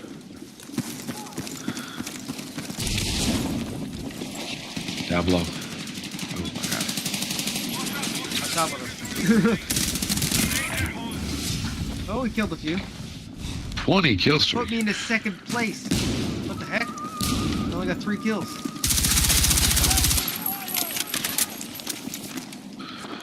That doesn't make sense.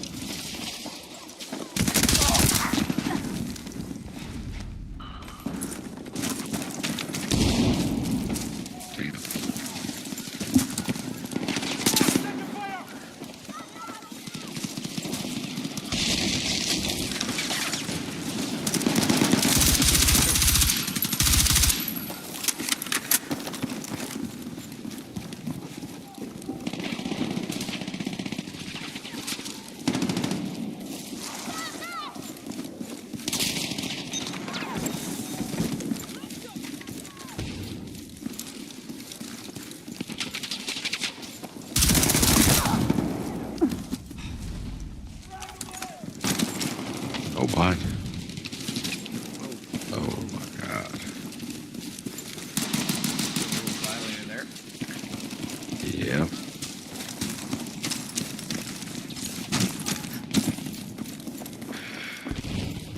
Okay.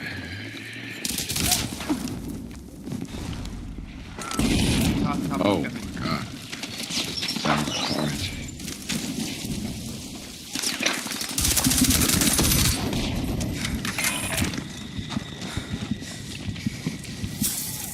Take what you can carry.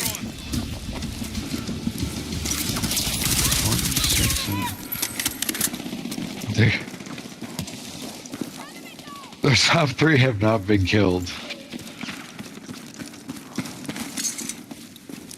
24 and 0, 26 and 0, 10 and 0. Something's since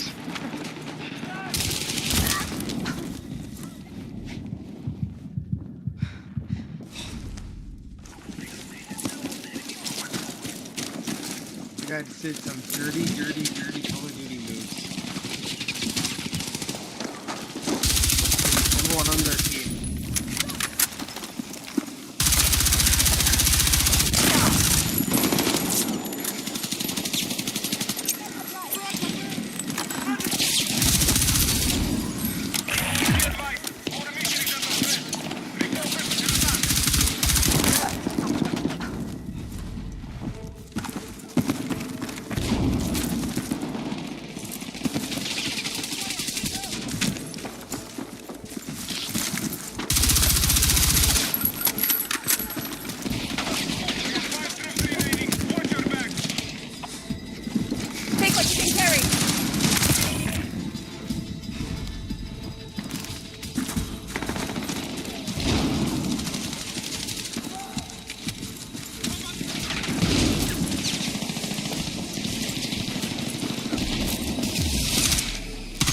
Whew.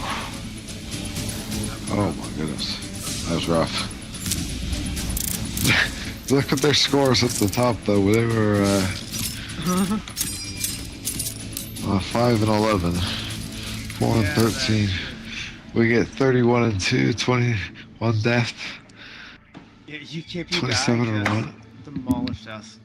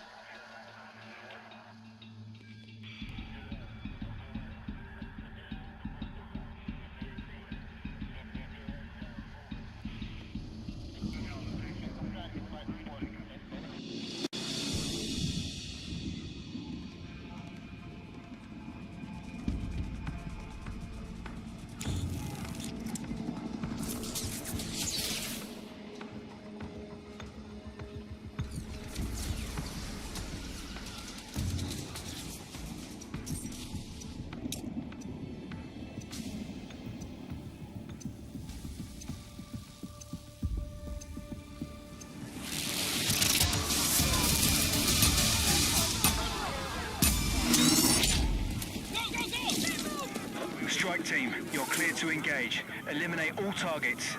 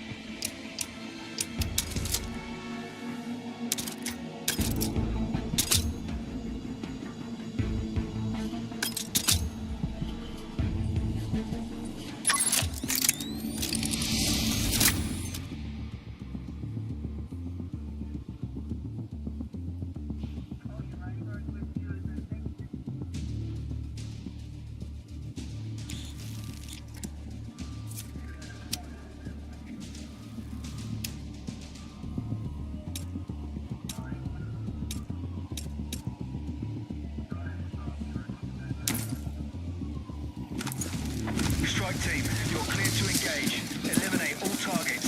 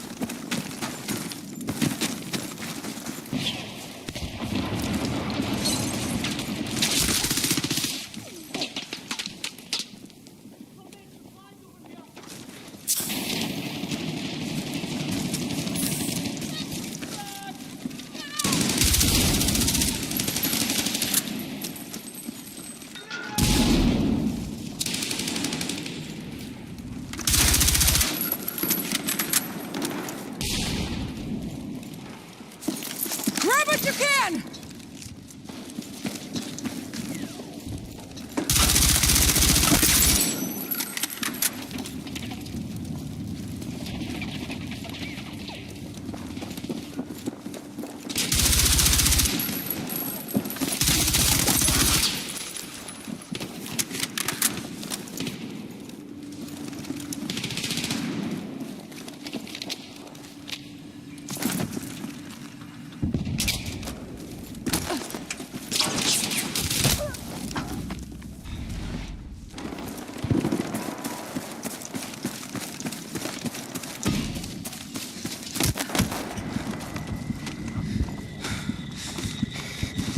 Grab what you can!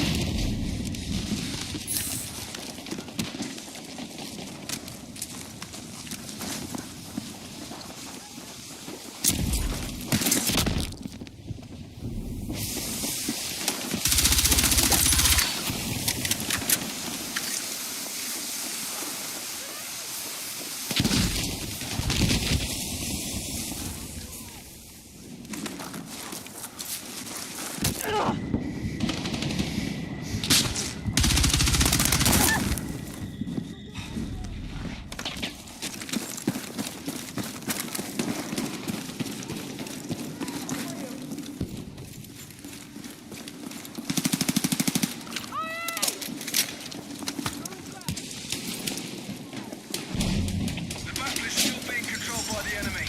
Contact! Enemy infantry engaged!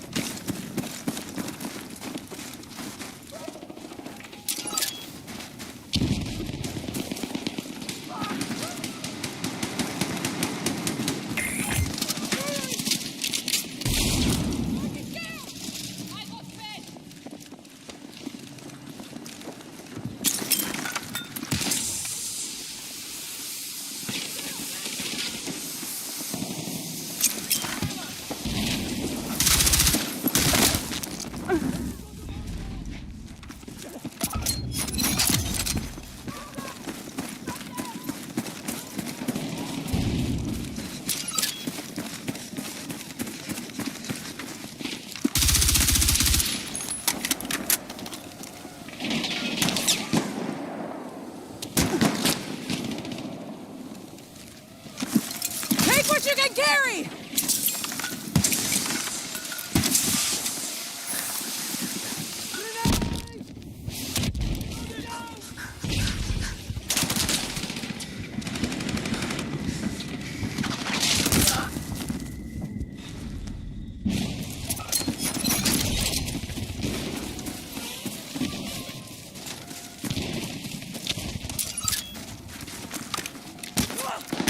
Hostile forces have maintained control.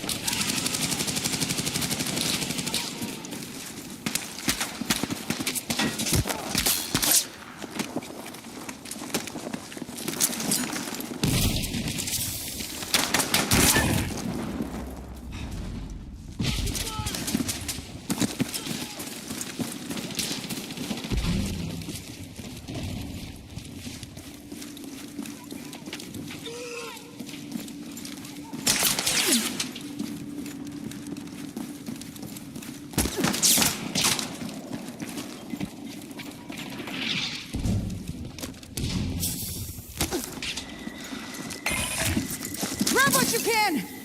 The battle is still being controlled by the enemy.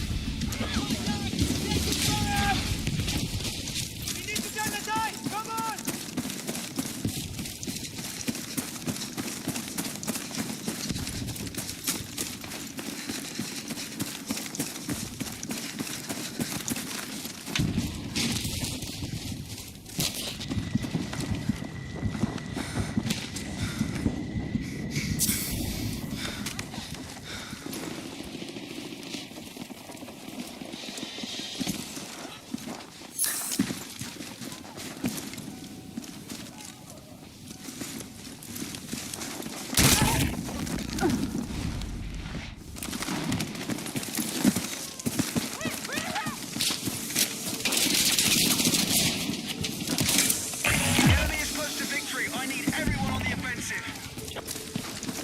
Stay with me!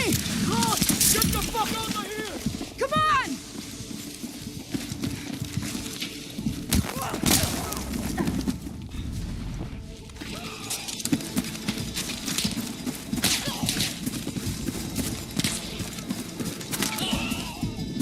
If I didn't know no better, these people are fucking cheating, hacking, or something.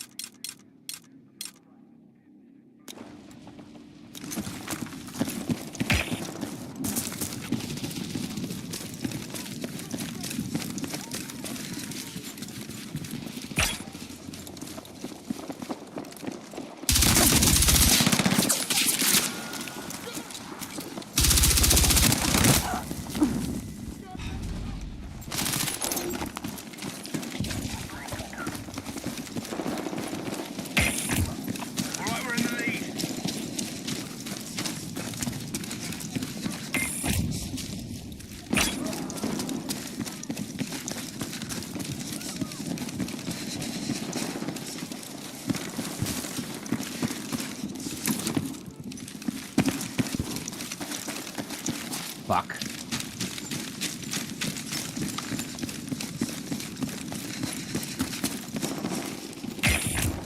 Alright, we've got the lead.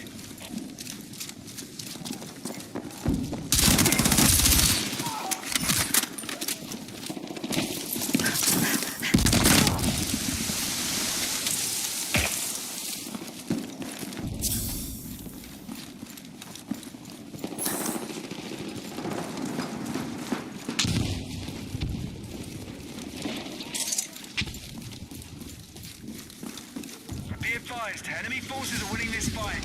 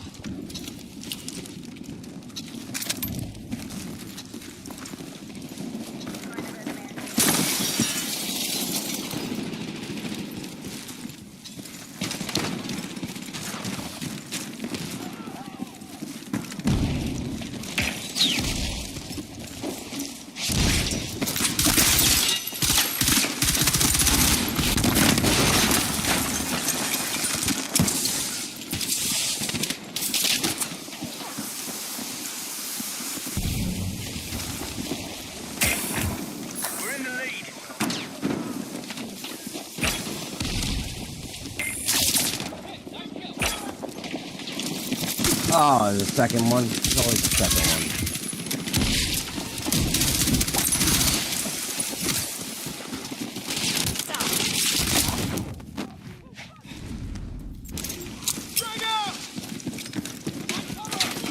Oh, I got shot for fucking really.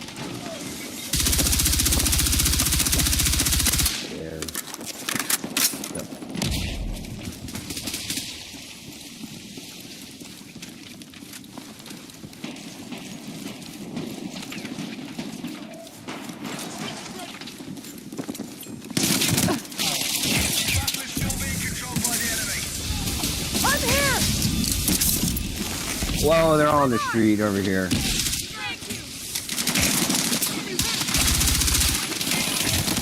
I got shot from behind.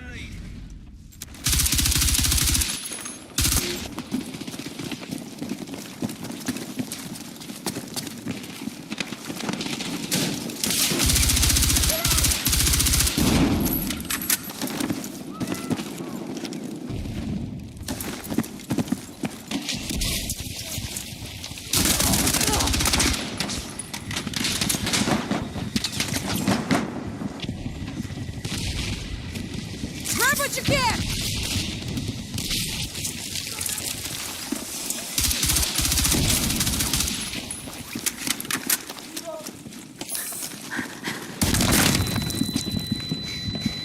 Oh, there's another. Why is there always two?